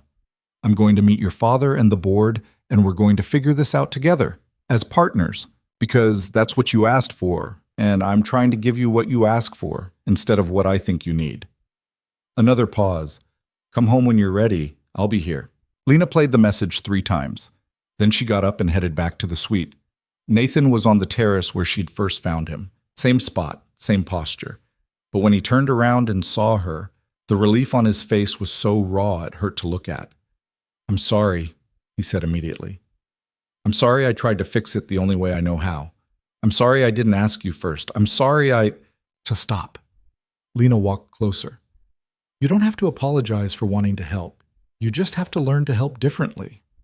I left my lawyers a message. We're fighting Webb, together. I heard your voicemail. All of it? All of it? Nathan reached for her hand, tentative. I meant what I said. I'm going to your town. I'm going to meet your father and figure out how to handle this the right way. Not the easy way. The right way. Lena let him take her hand. And what's the right way? I don't know yet, but we'll figure it out. He pulled her closer. That's what partners do, right? Yeah, that's what partners do. They stood on the terrace as the sun came up, 2 people who'd started as a transaction and somehow become something real, facing down a threat neither of them had expected. And for the first time, Nathan wasn't facing it alone. For the first time, he had someone standing beside him who wanted to be there. Not because of a contract, not because of money, just because. They flew out the next morning, Nathan's jet cutting through clear sky toward the small town Lena had been trying to save since this whole thing began. She watched him during the flight, the way his leg bounced with nervous energy, the way he kept reviewing documents on his laptop, then closing it without reading anything. You're anxious, she said. I'm not anxious. Your leg's been bouncing for 20 minutes. Nathan stopped the movement consciously. I'm meeting your father. Officially. Not as the guy who wrote a check, but as someone who's actually involved in your life. You've met him before. That was different. I was a stranger helping in an emergency. Now I'm... He stopped. You're what? Nathan looked at her. I don't know what I am. That's the problem. Lena reached across the aisle and took his hand. You're someone trying to help. That's enough for now. What if he hates me? He probably will a little bit. You did offer to buy me for a month. That's not helping. I'm not here to make you feel better. I'm here to make sure you don't chicken out. Lena squeezed his hand. Besides, my dad's a good judge of character. If you're being real, he'll see it. And if I'm not, then you'll get thrown out of his hospital room and we'll have bigger problems. Nathan almost smiled. Almost. They landed 2 hours later at a small regional airport where Lena's truck was still parked from her last visit. Nathan looked at the beat-up Ford with something like concern. Does it run? Has for 15 years? That's not reassuring. They drove through town, past the factory where the second shift was just starting, past the diner where Lena had eaten breakfast every Sunday with her grandfather, past the elementary school where she'd learned to read. Nathan took it all in silently, and Lena wondered what he saw. Probably poverty, probably decay, probably everything he'd spent his life trying to escape. It's not much, she said. It's home. For me, not for you. Nathan looked at her. Maybe that's about to change. They found Robert Carter in his office at the factory, reviewing blueprints with the chief engineer. He looked better than he had in the hospital, less gray, more solid, but Lena could still see the exhaustion around his eyes. Dad, you're supposed to be resting. I'm sitting down. That's resting. Robert stood anyway, extending his hand to Nathan. Mr. Cole. Nathan, please.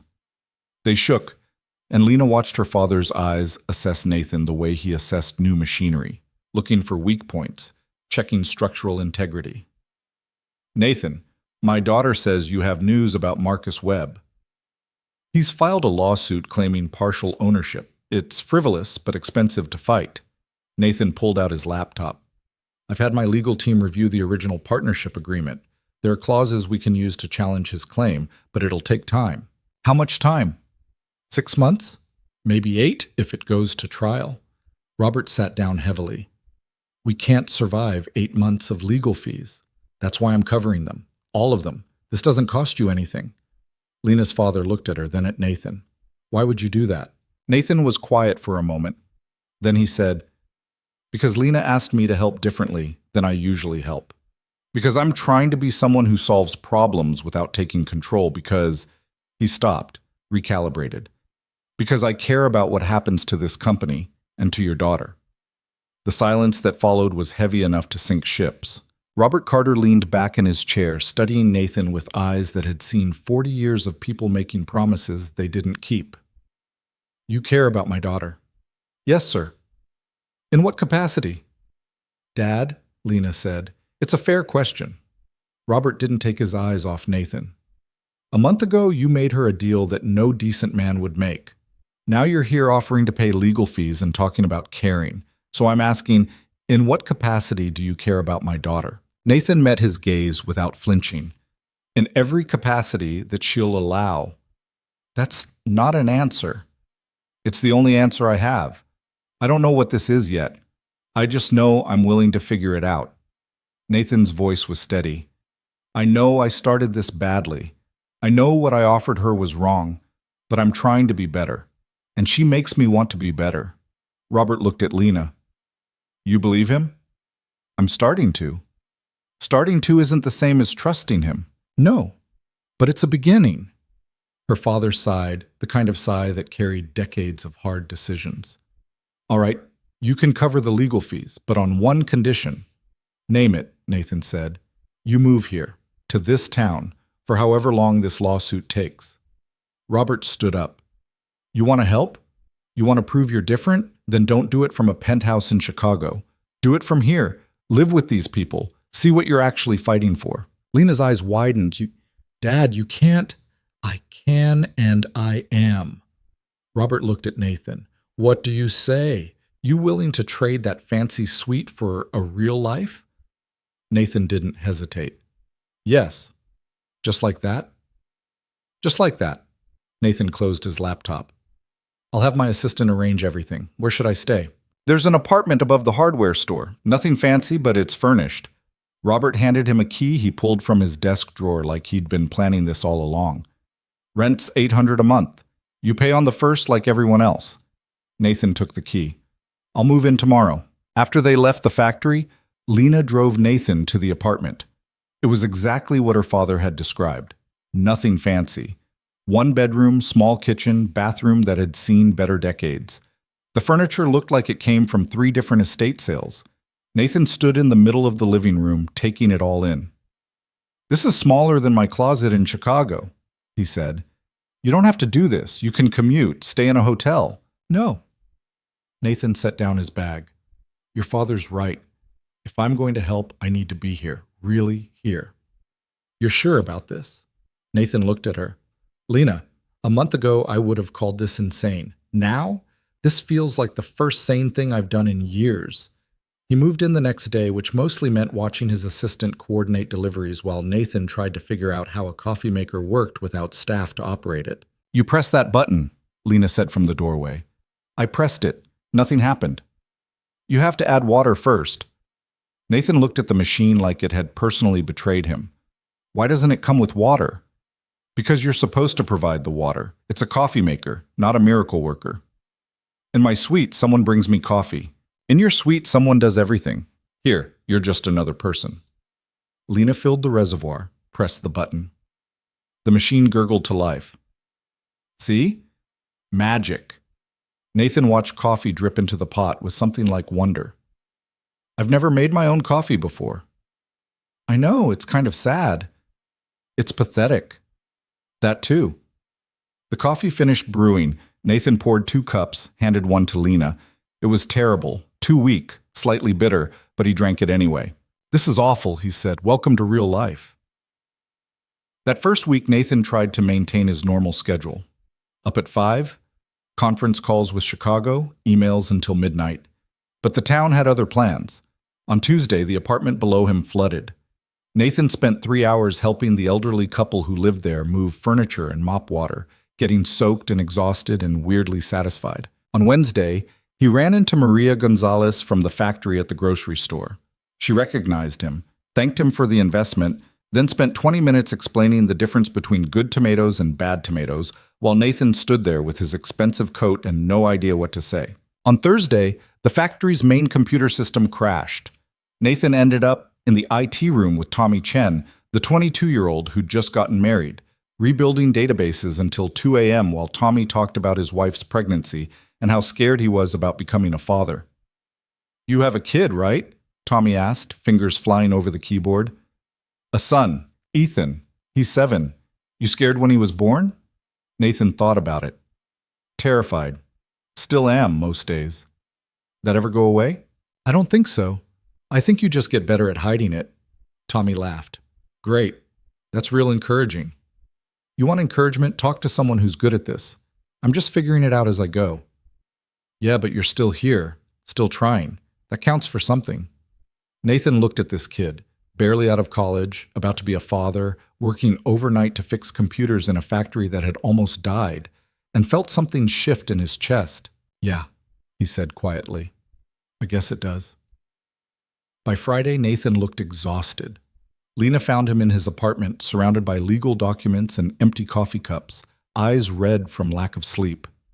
"You need to rest," she said. "I need to finish this brief. Your lawyers can finish it. They're in Chicago. They don't understand what's at stake here." Nathan gestured at the window. "These people. I've met them now. I know their names. I know Tommy's about to be a father, and Maria's saving for her granddaughter's quinceañera, and Frank still comes to work even though his arthritis is so bad he can barely hold tools. I can't let Webb take this from them." Lena sat down next to him. "You're starting to care." "I'm starting to understand the difference between caring and pretending to care." Nathan rubbed his eyes. "All my life I've written checks and called it charity. But that's not caring. That's just moving money around. This, being here, knowing these people, this is what caring actually means." "And how does it feel?" "Exhausting, terrifying, like everything I thought I knew was wrong." He looked at her, "But also right. For the first time in my life, something feels right." Lena reached for his hand. "You're changing." "I'm trying to." "No, you are. I can see it." She leaned her head on his shoulder. "The man I met a month ago wouldn't be here. He wouldn't care about Tommy or Maria or any of this. He'd have sent lawyers and money and called it solved. That man was easier to be. Easier isn't better." "No, but it's simpler." They sat there for a while, just breathing, just being. Then Nathan said, "I called Ethan yesterday, told him I was living in a small town helping people." "What'd he say?" "He asked if I was becoming a superhero." Nathan smiled. "I told him no, just trying to be a better person. He said that's kind of the same thing." "Smart kid." "Yeah, smarter than his father." Lena lifted her head. "You're selling yourself short. You're here. You're trying. That's more than most people do. Is it enough?" "I don't know yet. Ask me in 6 months when this is over." "What if it's not over in 6 months? What if Webb drags this out for years?" "Then you keep being here. Keep trying. Keep showing up." Lena squeezed his hand. "That's all anyone can do." The weeks passed, and Nathan settled into a rhythm he'd never experienced. Real work, not just conference calls and deals. He spent mornings at the factory, learning how things actually worked. Afternoons in strategy meetings with Lena and her father, building their legal case. Evenings helping wherever he was needed, fixing Maria's car when it broke down, teaching Tommy basic financial planning, playing chess with Frank in the break room. He started eating at the diner where everyone knew everyone's business, started waving at people on the street, started feeling like maybe he belonged somewhere that wasn't a balance sheet. And through it all, Lena watched him transform. It wasn't dramatic, wasn't sudden, just small changes that accumulated into someone different. He stopped checking his phone during conversations, started asking people about their lives and actually listening to the answers, learned the names of the third shift workers and the kids who played basketball in the park. One night, 2 months in, Nathan showed up at Lena's house with groceries. "I'm making dinner," he announced. "You don't cook." "I'm learning. Tommy's wife gave me a recipe for chicken parmesan. She says it's foolproof." It wasn't foolproof. Nathan burned the chicken, oversalted the sauce, and somehow managed to catch a dish towel on fire. But he laughed about it, ordered pizza, and they ate on Lena's back porch while the sun set over fields that stretched to the horizon. "I like it here," Nathan said suddenly. "Yeah? Yeah, it's quiet, peaceful. People aren't trying to take things from each other. They're just living." "It's not always peaceful. You've just been here during a good stretch." "Even so," Nathan set down his pizza. "I've been thinking about something." "What's that?" "After this is over, after we beat Webb and the company's safe, I might stay." Lena turned to look at him. "Stay here? Not forever, but longer. I could run my business from anywhere. Technology makes it possible." He met her eyes. "And everything that matters is here." "Nathan, I'm not asking for anything. I'm just telling you what I'm thinking." He reached for her hand. "You asked me what I was going to pursue. This is my answer. This place, these people, you." Lena felt her heart do something complicated in her chest. "You're serious?" "I've never been more serious about anything." "What about Chicago? Your company, your life?" "My company runs itself. Chicago's just buildings. And my life?" Nathan smiled. "My life has been empty for longer than I want to admit. Being here, doing this work, it's the first time I've felt like I'm actually living instead of just existing. And if I told you I need time, that I'm not ready to figure out what this is, then I'd wait. I'd keep showing up, keep proving I'm not the guy who made that deal in a hotel room." Nathan's voice was steady. "I've got nothing but time, Lena, and for the first time I want to spend it on something real." Before Lena could respond, her phone rang. The factory. "Lena, it's your dad. You need to get down here, now." They arrived at the factory 15 minutes later to find police cars in the parking lot and workers gathered in confused clusters. Robert Carter met them at the door, his face ashen. Someone sabotaged the main production line, cut hydraulic hoses, damaged computer controls, poured something corrosive into the cooling system. "We're looking at weeks of repairs. Maybe months." "Webb?" Nathan said immediately. "We don't know that. Who else has motive?" Nathan pulled out his phone. "I'm calling my security team, getting cameras installed tonight, and I'm increasing the legal pressure. If he thinks sabotage will make you settle, he's wrong." Robert put a hand on Nathan's shoulder. "Thank you. But this isn't your fight." "Yes, it is. These are my people now, too." The words hung in the air. My people. Nathan had said it without thinking, without calculation. Just truth. Robert studied him for a long moment. Then he nodded. "All right, let's get to work." They spent the night securing the factory, installing cameras, changing locks, coordinating with police. Nathan worked alongside the crew, getting his expensive clothes dirty, learning how to repair hydraulic systems from Frank, who moved slow but knew everything. "You're not half bad at this," Frank said, watching Nathan reconnect a hose. "I'm terrible at this." "Yeah, but you're trying. That matters more than being good." Frank handed him a wrench. "You know what the difference is between someone like you and someone like Webb?" "What's that?" "You're here, getting your hands dirty, helping. Webb just takes and runs." Frank tightened a bolt. "Town needs more people like you, people willing to actually show up." Nathan didn't know what to say to that, so he just kept working. By dawn, the immediate damage was contained. The factory could limp along while repairs happened. It wasn't ideal, but it was survivable. Nathan found Lena in her father's office, staring at damage reports. "Hey," he said quietly. "Hey, you okay?" "No, but I will be." She looked up at him. "You didn't have to stay all night." "Yes, I did." "Why?" "Because this is what you do when you're part of something. You stay. You help. You don't run just because it's hard." Nathan sat down across from her. "Your father called me one of his people. No one's ever said that to me before. I've been an investor, a CEO, a name on a building, but never someone's people. And how does it feel? Like I finally understand what I've been missing." Nathan reached across the desk, took her hand. "I love you." The words came out simple, direct, like they'd been waiting years to be said. Lena stared at him. "What?" "I love you." I don't know when it happened. Maybe when you yelled at me for trying to buy the company. Maybe when you made me call my son.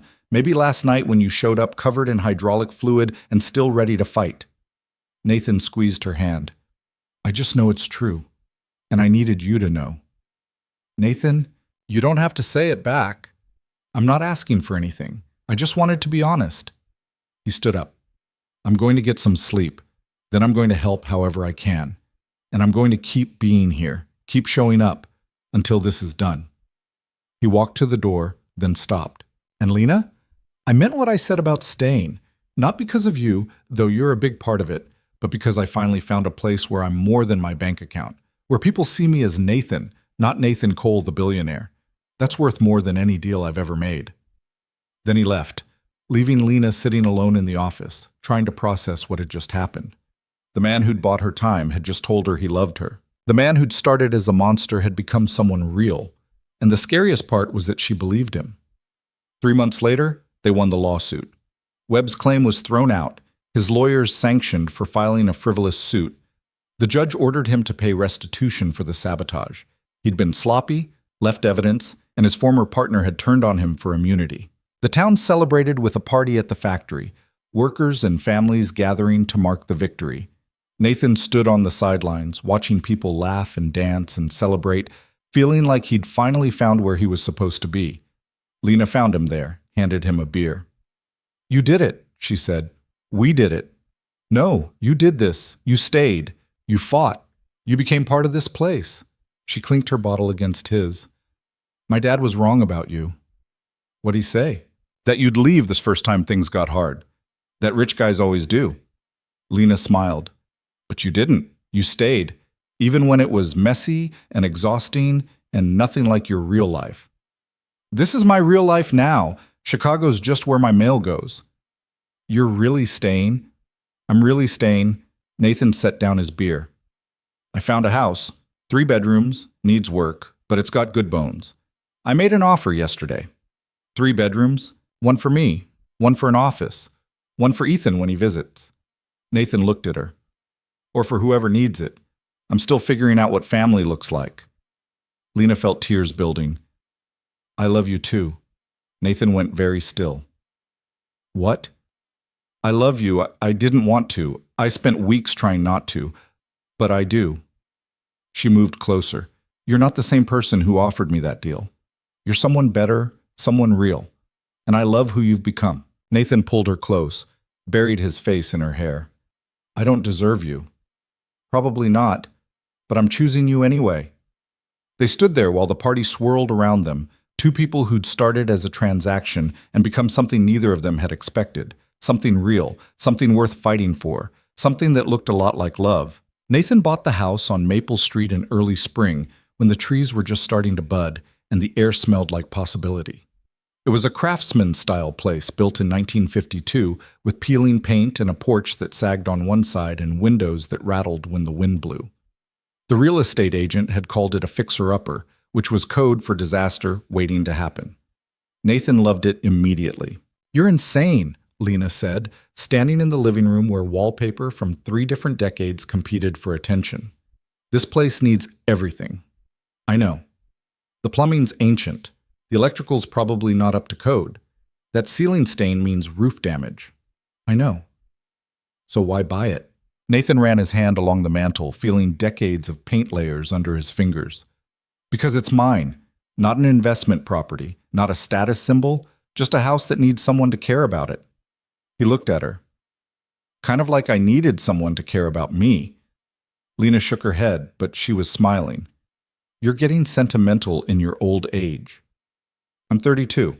Like I said, old. They spent the next month renovating, which mostly meant Nathan learning how to do things he'd never done before, while Lena supervised and occasionally kept him from accidentally destroying load-bearing walls. Frank came by on weekends to teach him basic carpentry. Tommy helped rewire outlets. Maria brought her husband, who knew everything about plumbing and nothing about taking payment. You helped save our jobs, Maria's husband said when Nathan tried to pay him. This is just neighbors helping neighbors. Neighbors. Nathan had never been anyone's neighbor before. The work was hard and slow and nothing like the efficient, controlled world of business deals. Drywall didn't respond to negotiation, Paint didn't care about market value. You just had to show up, do the work, and hope it turned out okay. Nathan found he didn't mind. One Saturday afternoon, while Nathan was attempting to install a ceiling fan and failing spectacularly, Lena's father stopped by. "Heard you were trying to electrocute yourself," Robert said from the doorway. Nathan looked down from the ladder. "Just trying to install a fan. You know that wire's hot, right?" "It's supposed to be off." "Supposed to be isn't the same as is." Robert climbed up, tested the wire, and made a face. "You didn't flip the right breaker. You'd have fried yourself in about 30 seconds. Nathan climbed down, letting Robert take over. They worked in silence for a while, Robert's experienced hands making quick work of what Nathan had been struggling with for an hour. "I owe you an apology," Robert said finally. "For what?" "For judging you. For assuming you were like every other rich guy who sees small towns as investments instead of communities." He tightened a connection. "But you've proven me wrong. You stayed. You worked. You became one of us. I'm not sure I deserve that." "Deserve's got nothing to do with it. You show up or you don't. You help or you don't. You've been showing up." Robert climbed down. "That fan should work now. Just flip the breaker." Nathan did. The fan whirred to life. "Thank you," Nathan said. "For the fan? For giving me a chance, for letting me be part of this." Nathan sat on a sawdust-covered couch. "I spent my whole life trying to be someone important. Turns out I just wanted to be someone real." Robert sat down next to him. "Can I ask you something?" "Sure." "That deal you made with Lena, the one at the beginning." Robert's voice was careful. "Did you ever—" "No," Nathan said immediately. "I never touched her. Never tried. The contract dissolved after 2 weeks and she stayed because she wanted to, not because she had to." "Why make that deal in the first place?" Nathan was quiet for a long time. "Because I was empty. Because I'd spent so long accumulating money and power that I forgot what it was for. I saw Lena, and I saw someone with real principles, real conviction, and I wanted to prove she was as hollow as everyone else." He looked at Robert. "I wanted to break her to prove I was right about the world." "That's honest." "It's ugly. Sometimes honest is ugly." Robert stood up, offered Nathan his hand. "But you didn't break her. She broke you, and you let her rebuild you into something better." They shook hands, and Nathan felt something settle in his chest. Acceptance, maybe. Or forgiveness. Or just the simple acknowledgement that people could change if they were willing to do the work. That evening, Nathan drove to the airport to pick up Ethan. It had taken months of negotiations with Sarah, Ethan's mother, but she'd finally agreed to let him spend a week in the small town. Nathan had prepared obsessively, bought kid-friendly food, set up the bedroom with new furniture, downloaded games and movies and anything else an 7-year-old might want. He was terrified. Ethan came through the gate wearing a backpack almost as big as he was, looking uncertain and small, and so much like his mother that Nathan's chest hurt. "Hey, buddy," Nathan said, kneeling down. "Hi, Dad." They stood there awkwardly for a moment, two people who shared DNA but not much else. Then Ethan said, "Mom says you live in a small town now." "I do." "She says you're fixing up a house." "That's right." "Can I help?" Nathan felt something crack open inside him. Yeah, you can help." They drove to the house, Ethan chattering about school and friends and a science project about volcanoes. Nathan listened, really listened, in a way he'd never managed before. When they pulled up to the house, Ethan's eyes went wide. "This is yours?" "This is ours. Your room's upstairs. Want to see?" They went inside, and Nathan watched his son explore with the unfiltered excitement only children possess. Ethan loved the creaky stairs, loved the window seat in his bedroom, loved the backyard with its overgrown garden, an ancient oak tree perfect for climbing. "This is so cool," Ethan said, bouncing on his new bed. "It's like a real house." "What do you mean?" "I don't know. Our apartment in New York is nice, but it's just rooms. This feels like somewhere people actually live." Nathan sat down next to his son. "That's because it is. This is where I live now." "Forever?" "I don't know about forever, but for a long time." Ethan was quiet, picking at his bedspread. Then, "Do you like it better than Chicago?" "I like who I am here better than who I was in Chicago." "What's the difference?"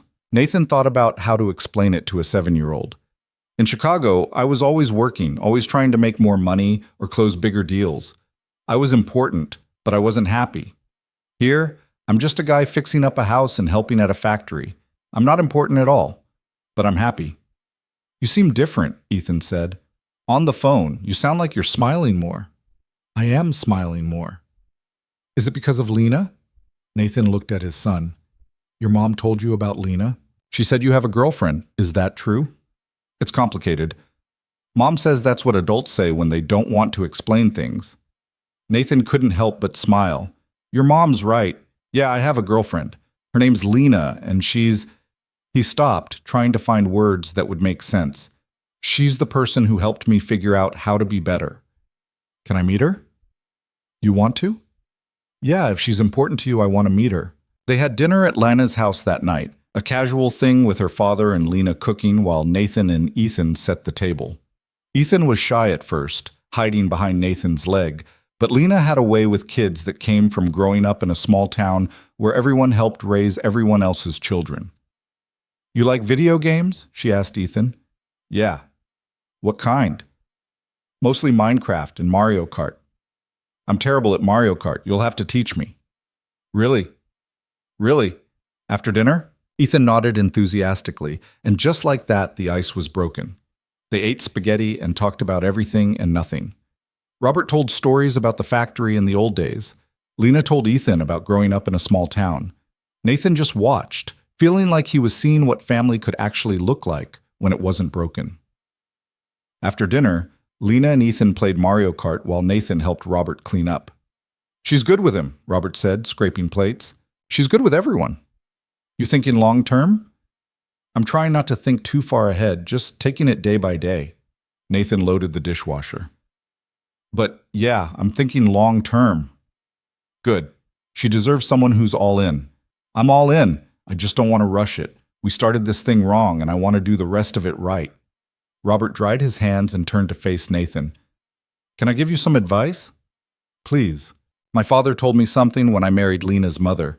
He said marriage isn't about finding someone perfect. It's about finding someone whose broken pieces fit with your broken pieces. Robert glanced toward the living room where Lena was laughing at something Ethan said. You and Lena, you're both broken in ways that fit. Don't waste time trying to fix yourselves before you build something together. Just build it together and fix it as you go. That's good advice. It's the only advice worth giving. That week with Ethan changed something in Nathan. He'd been trying so hard to be a good father from a distance, but having his son there, in his space, in his real life, made everything click into place. They worked on the house together, Ethan helping paint and sand and measure. They explored the town, Nathan showing his son the factory and the diner and the park. They had dinner with Lena most nights, the three of them falling into an easy rhythm that felt natural. On the last night before Ethan had to fly back, they sat on the porch watching fireflies. I don't want to go home, Ethan said quietly. I know, buddy, but your mom misses you. Can I come back? Anytime you want. This is your home too now. Ethan leaned against Nathan's shoulder. Are you going to marry Lena? The question surprised him. I don't know, maybe someday. Why? Because if you do, she'd be kind of like my stepmom, right? I guess so. That would be okay. I like her. Ethan yawned. She's nice. And she's not fake nice like some of Mom's friends. She's real nice. Real nice. That's a good way to put it. Dad? Yeah? I'm glad you moved here. You're happier. And when you're happier, I'm happier. Nathan pulled his son closer, feeling tears build. I love you, Ethan. I love you too, Dad. They sat there until Ethan fell asleep, Nathan carrying him inside and tucking him into bed. As he watched his son sleep, Nathan realized that this simple moment of being a father, was worth more than every deal he'd ever closed. After Ethan left, Nathan threw himself into the factory work. The lawsuit victory had given them breathing room, but there was still so much to rebuild. Nathan started working with Robert on long-term planning, using his business expertise to help modernize operations without losing the company's soul. He also started the foundation he'd mentioned months ago, the Cole Foundation for Working Communities, dedicated to supporting small towns and local businesses. Not handouts, not charity, but partnerships. Investment in people and places that had been forgotten by people like him. Lena helped him set it up, bringing her practical understanding of what communities actually needed versus what rich people thought they needed. You can't just throw money at problems, she explained during one planning meeting. You have to understand what the problem actually is first. So, what do communities need? Training programs, childcare, healthcare, investment in infrastructure. Lena pulled up a document. But also respect. Recognition that these places have value beyond their economic output. That the people here matter even if they're not profitable. Nathan listened, taking notes, learning from someone who'd lived this reality instead of studied it from a distance. The Foundation's first project was right there in town, a training program for advanced manufacturing, partnering with the community college to give workers new skills. Nathan insisted on hiring locally, paying well, and creating pathways for advancement. "You're losing money on this," one of his business partners from Chicago said during a video call. "I'm investing in people. That's not how investment works." "Maybe that's what's wrong with how we've been doing it." He ended the partnership that day. Some bridges needed burning. 6 months after moving to town, Nathan got a call from his ex-wife. "I'm getting remarried," Sarah said without preamble. Nathan felt a complicated mix of emotions. "Congratulations." "Don't be like that." "I'm being genuine. If you're happy, I'm happy for you." Silence. Then, "Really? Really? You deserve to be happy, Sarah. We weren't right for each other, but that doesn't mean I wish you anything but the best." "Who are you, and what have you done with Nathan Cole?" Nathan laughed. "I'm working on being better. I can tell. Ethan talks about you differently now, about the house, about Lena, about your life there." Sarah's voice softened. "He's proud of you. That's new." "I'm trying to give him something to be proud of." "Well, it's working, and Nathan, I'm sorry." "For what?" "For not believing you could change. For assuming you'd always be the workaholic who chose business over family. You've proven me wrong." "We both made mistakes." "Yeah, but you're fixing yours. That matters." They talked for another hour, working out details for Ethan's summer visit. It was civil, even friendly. Another bridge repaired instead of burned. That night, Nathan told Lena about the conversation. "How do you feel?" she asked. "Relieved. Like I can finally stop being angry about how things ended and just accept that they ended for good reasons." Nathan pulled her close. "I wasn't ready to be a husband back then. I wasn't ready to be a father. I wasn't ready to be anything except rich. And now? Now I'm ready to try, to actually show up for the people who matter." He kissed her forehead. "Speaking of which, there's something I want to talk to you about." "This sounds serious." "It is." Nathan took her hand. "I want you to meet someone." "Who?" "My father." Lena pulled back. "You never talk about your father." "Because we haven't spoken in 3 years. Not since I told him I thought his business practices were unethical, and he told me I was ungrateful." Nathan looked down. "But he's getting old, and I'm trying to be someone who repairs things instead of abandoning them. So I called him, and he agreed to meet. Here. He's coming here? Next week. And I need you with me because I'm terrified and you make me brave." Lena squeezed his hand. "Okay, I'll be there." Richard Cole arrived on a Tuesday afternoon, driving a car that cost more than most houses. He was 72, silver-haired, impeccably dressed, and looked at the small town like it was a museum exhibit of poverty. "This is where you've been hiding?" he said when Nathan met him at the house. "I haven't been hiding. I've been living." Richard walked through the house, taking in the renovations with a critical eye. "You did this yourself?" "With help from friends." "Friends? You have friends now?" "I have a lot of things now, including perspective." Nathan gestured to the porch. "Can we talk?" They sat outside, and for a while neither spoke. Then Richard said, "Your mother would have liked this place." The mention of Nathan's mother hung between them like smoke. "You never talk about her," Nathan said. "It's painful. So you just pretend she didn't exist?" "I work. Working keeps me from thinking about what I lost." Richard's voice was hard. "Just like you work to avoid thinking about your failed marriage." "You're right, I did. And it made me miserable." Nathan leaned forward. Dad, I called you because I'm trying to be different than we've been. I'm trying to break the cycle of men in our family who choose money over people. Money keeps people safe. Money kept me isolated, alone, convinced that caring about anyone was weakness. Nathan gestured at the town around them.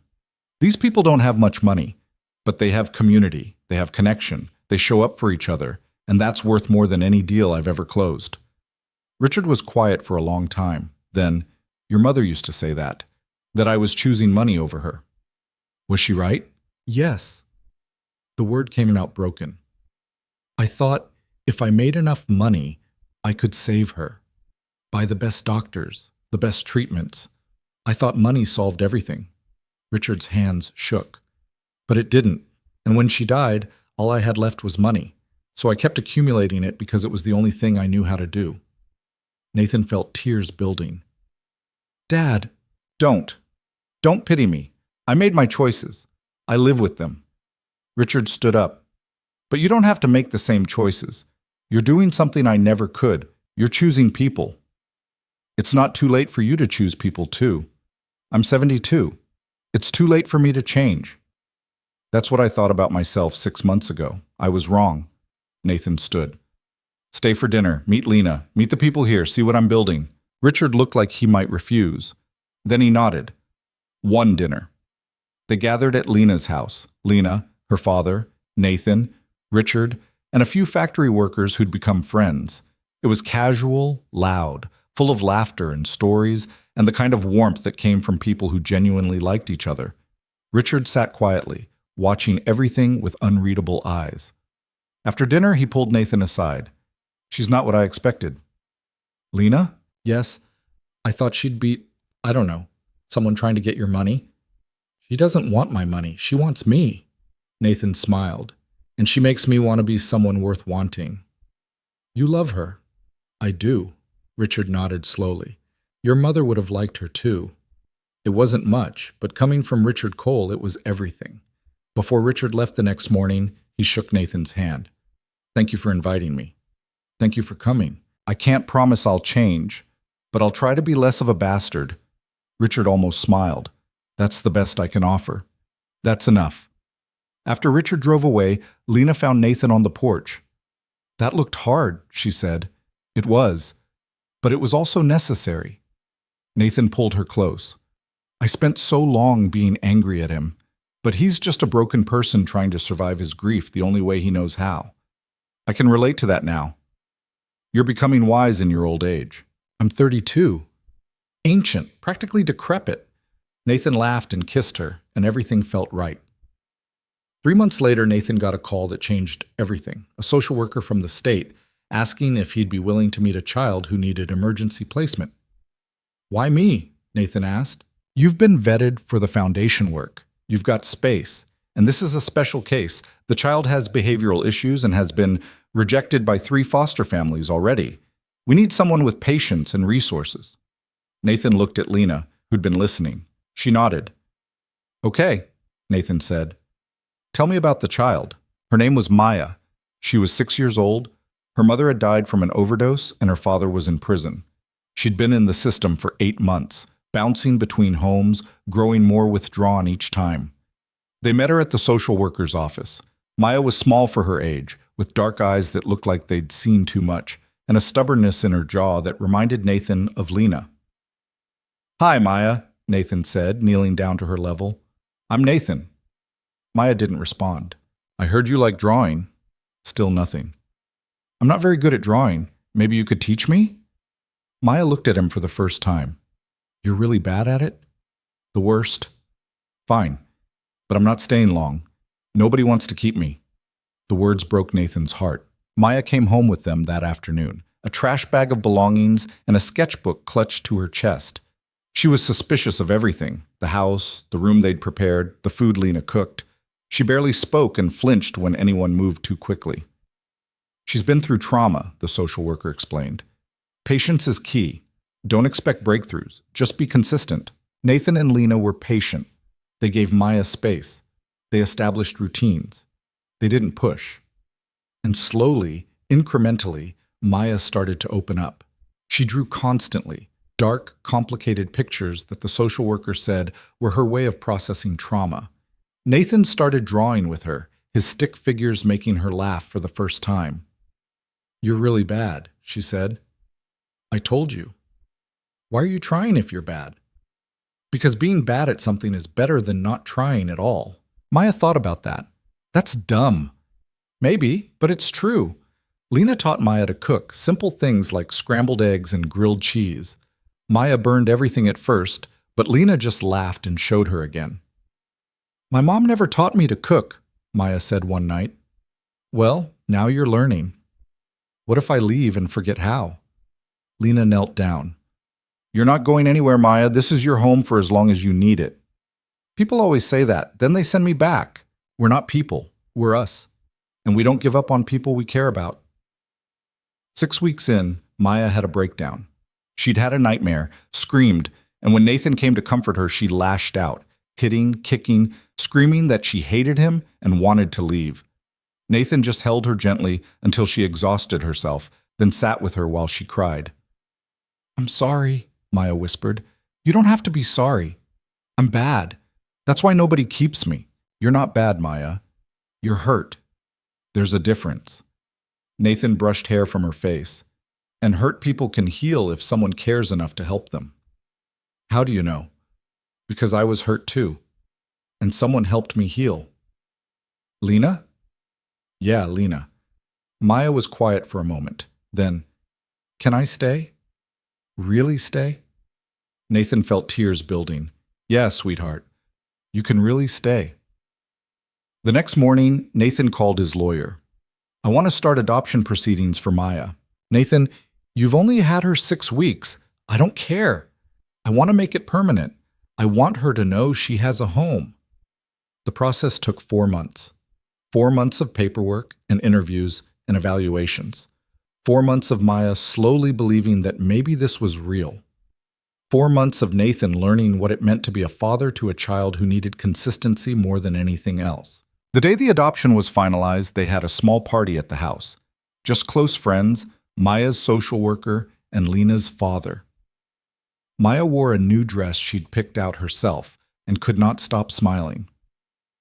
"You're really my dad now?" she asked Nathan for the 10th time. "I'm really your dad. Forever?" "Forever. Even if I'm bad?" "You're not bad. But even if you were, yes, forever." Maya threw her arms around Nathan's neck, and he held his daughter, and felt more complete than he'd ever felt in his life. That night, after Maya was asleep, Nathan found Lena on the porch. "Thank you," he said. "For what?" "For helping me become someone who could do this, someone who could open his home and his heart to a kid who needed it." Nathan sat down next to her. "A year ago, I would have written a check and called it charity. Now I have a daughter." "You have a daughter," Lena repeated, smiling. "How does it feel?" "Terrifying. Perfect. Like everything finally makes sense." Nathan took her hand. "There's something else I want to ask you." "What's that?" Nathan pulled a small box from his pocket. Inside was a ring. Simple, elegant, nothing ostentatious. "I know we started this wrong. I know I tried to buy you and you had every right to hate me. But you saw something in me worth saving, and you helped me become someone worth being." Nathan opened the box. "I love you, Lena. I love the life we're building.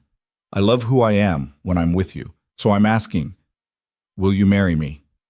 Lena looked at the ring, then at Nathan, then at the house where Maya slept peacefully for maybe the first time in her young life. "Yes," she said simply. "Yes, I'll marry you." Nathan slipped the ring on her finger and kissed her, and everything that had started as a transaction became something real. They got married 6 months later in a small ceremony at the factory. The entire town came, workers and families cramming into the space that Nathan had helped save. Maya was the flower girl, taking her job very seriously. Ethan was there too, beaming with pride at being part of something good. Robert walked Lena down the aisle, still weak but holding on to see his daughter marry a man who'd proven himself worthy. "You take care of her," Robert whispered to Nathan at the altar. "I will. I promise." "And Nathan, thank you for saving more than just the factory. Thank you for saving my daughter from settling for someone who didn't deserve her. She saved me first. The ceremony was simple.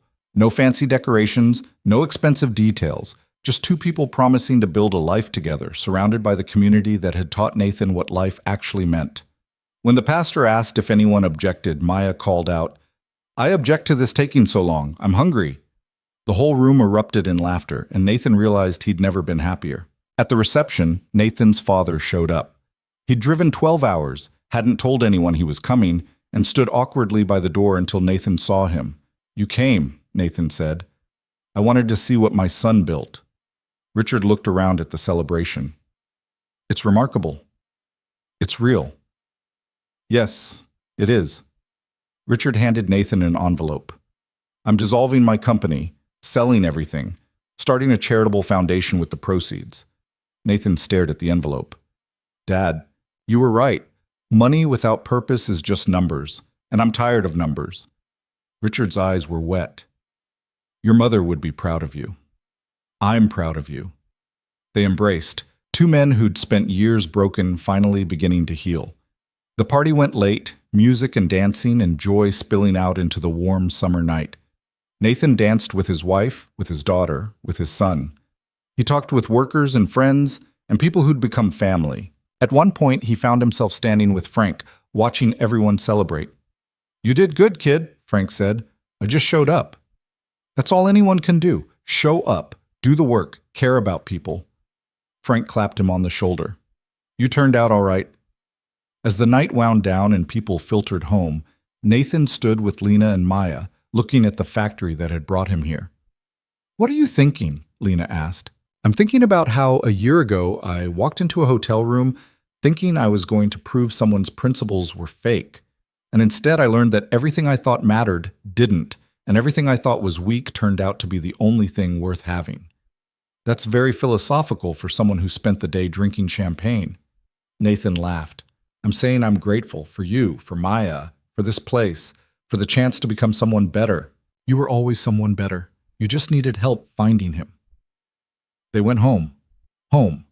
Not a house, but a real home. And tucked Maya into bed. She was asleep before her head hit the pillow, exhausted from the excitement. Nathan and Lena sat on the porch, just like they'd done countless times before. "So what now?" Lena asked. "Now we live. We raise our daughter. We help where we can. We build something that matters." Nathan pulled her close. "We keep showing up." "For how long? Forever? Or until we get it right? Whichever comes first." Lena laughed and kissed him, and somewhere in the distance, the factory hummed with the sound of people working third shift, and the town slept peacefully, and everything that had been broken found a way to heal. Because that's what happens when people choose connection over isolation, when they choose to show up instead of running away, when they choose to be better instead of just being rich. Nathan Cole had spent 32 years accumulating wealth and power, thinking that was what mattered.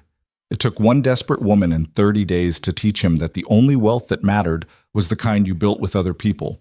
The only power worth having was the power to change yourself. And the only thing that made life worth living was showing up for the people who needed you, day after day, even when it was hard. He'd started as a billionaire who thought he could buy anything. He'd become a father, a husband, a neighbor, a friend. And in the end, that was worth more than any fortune he'd ever made.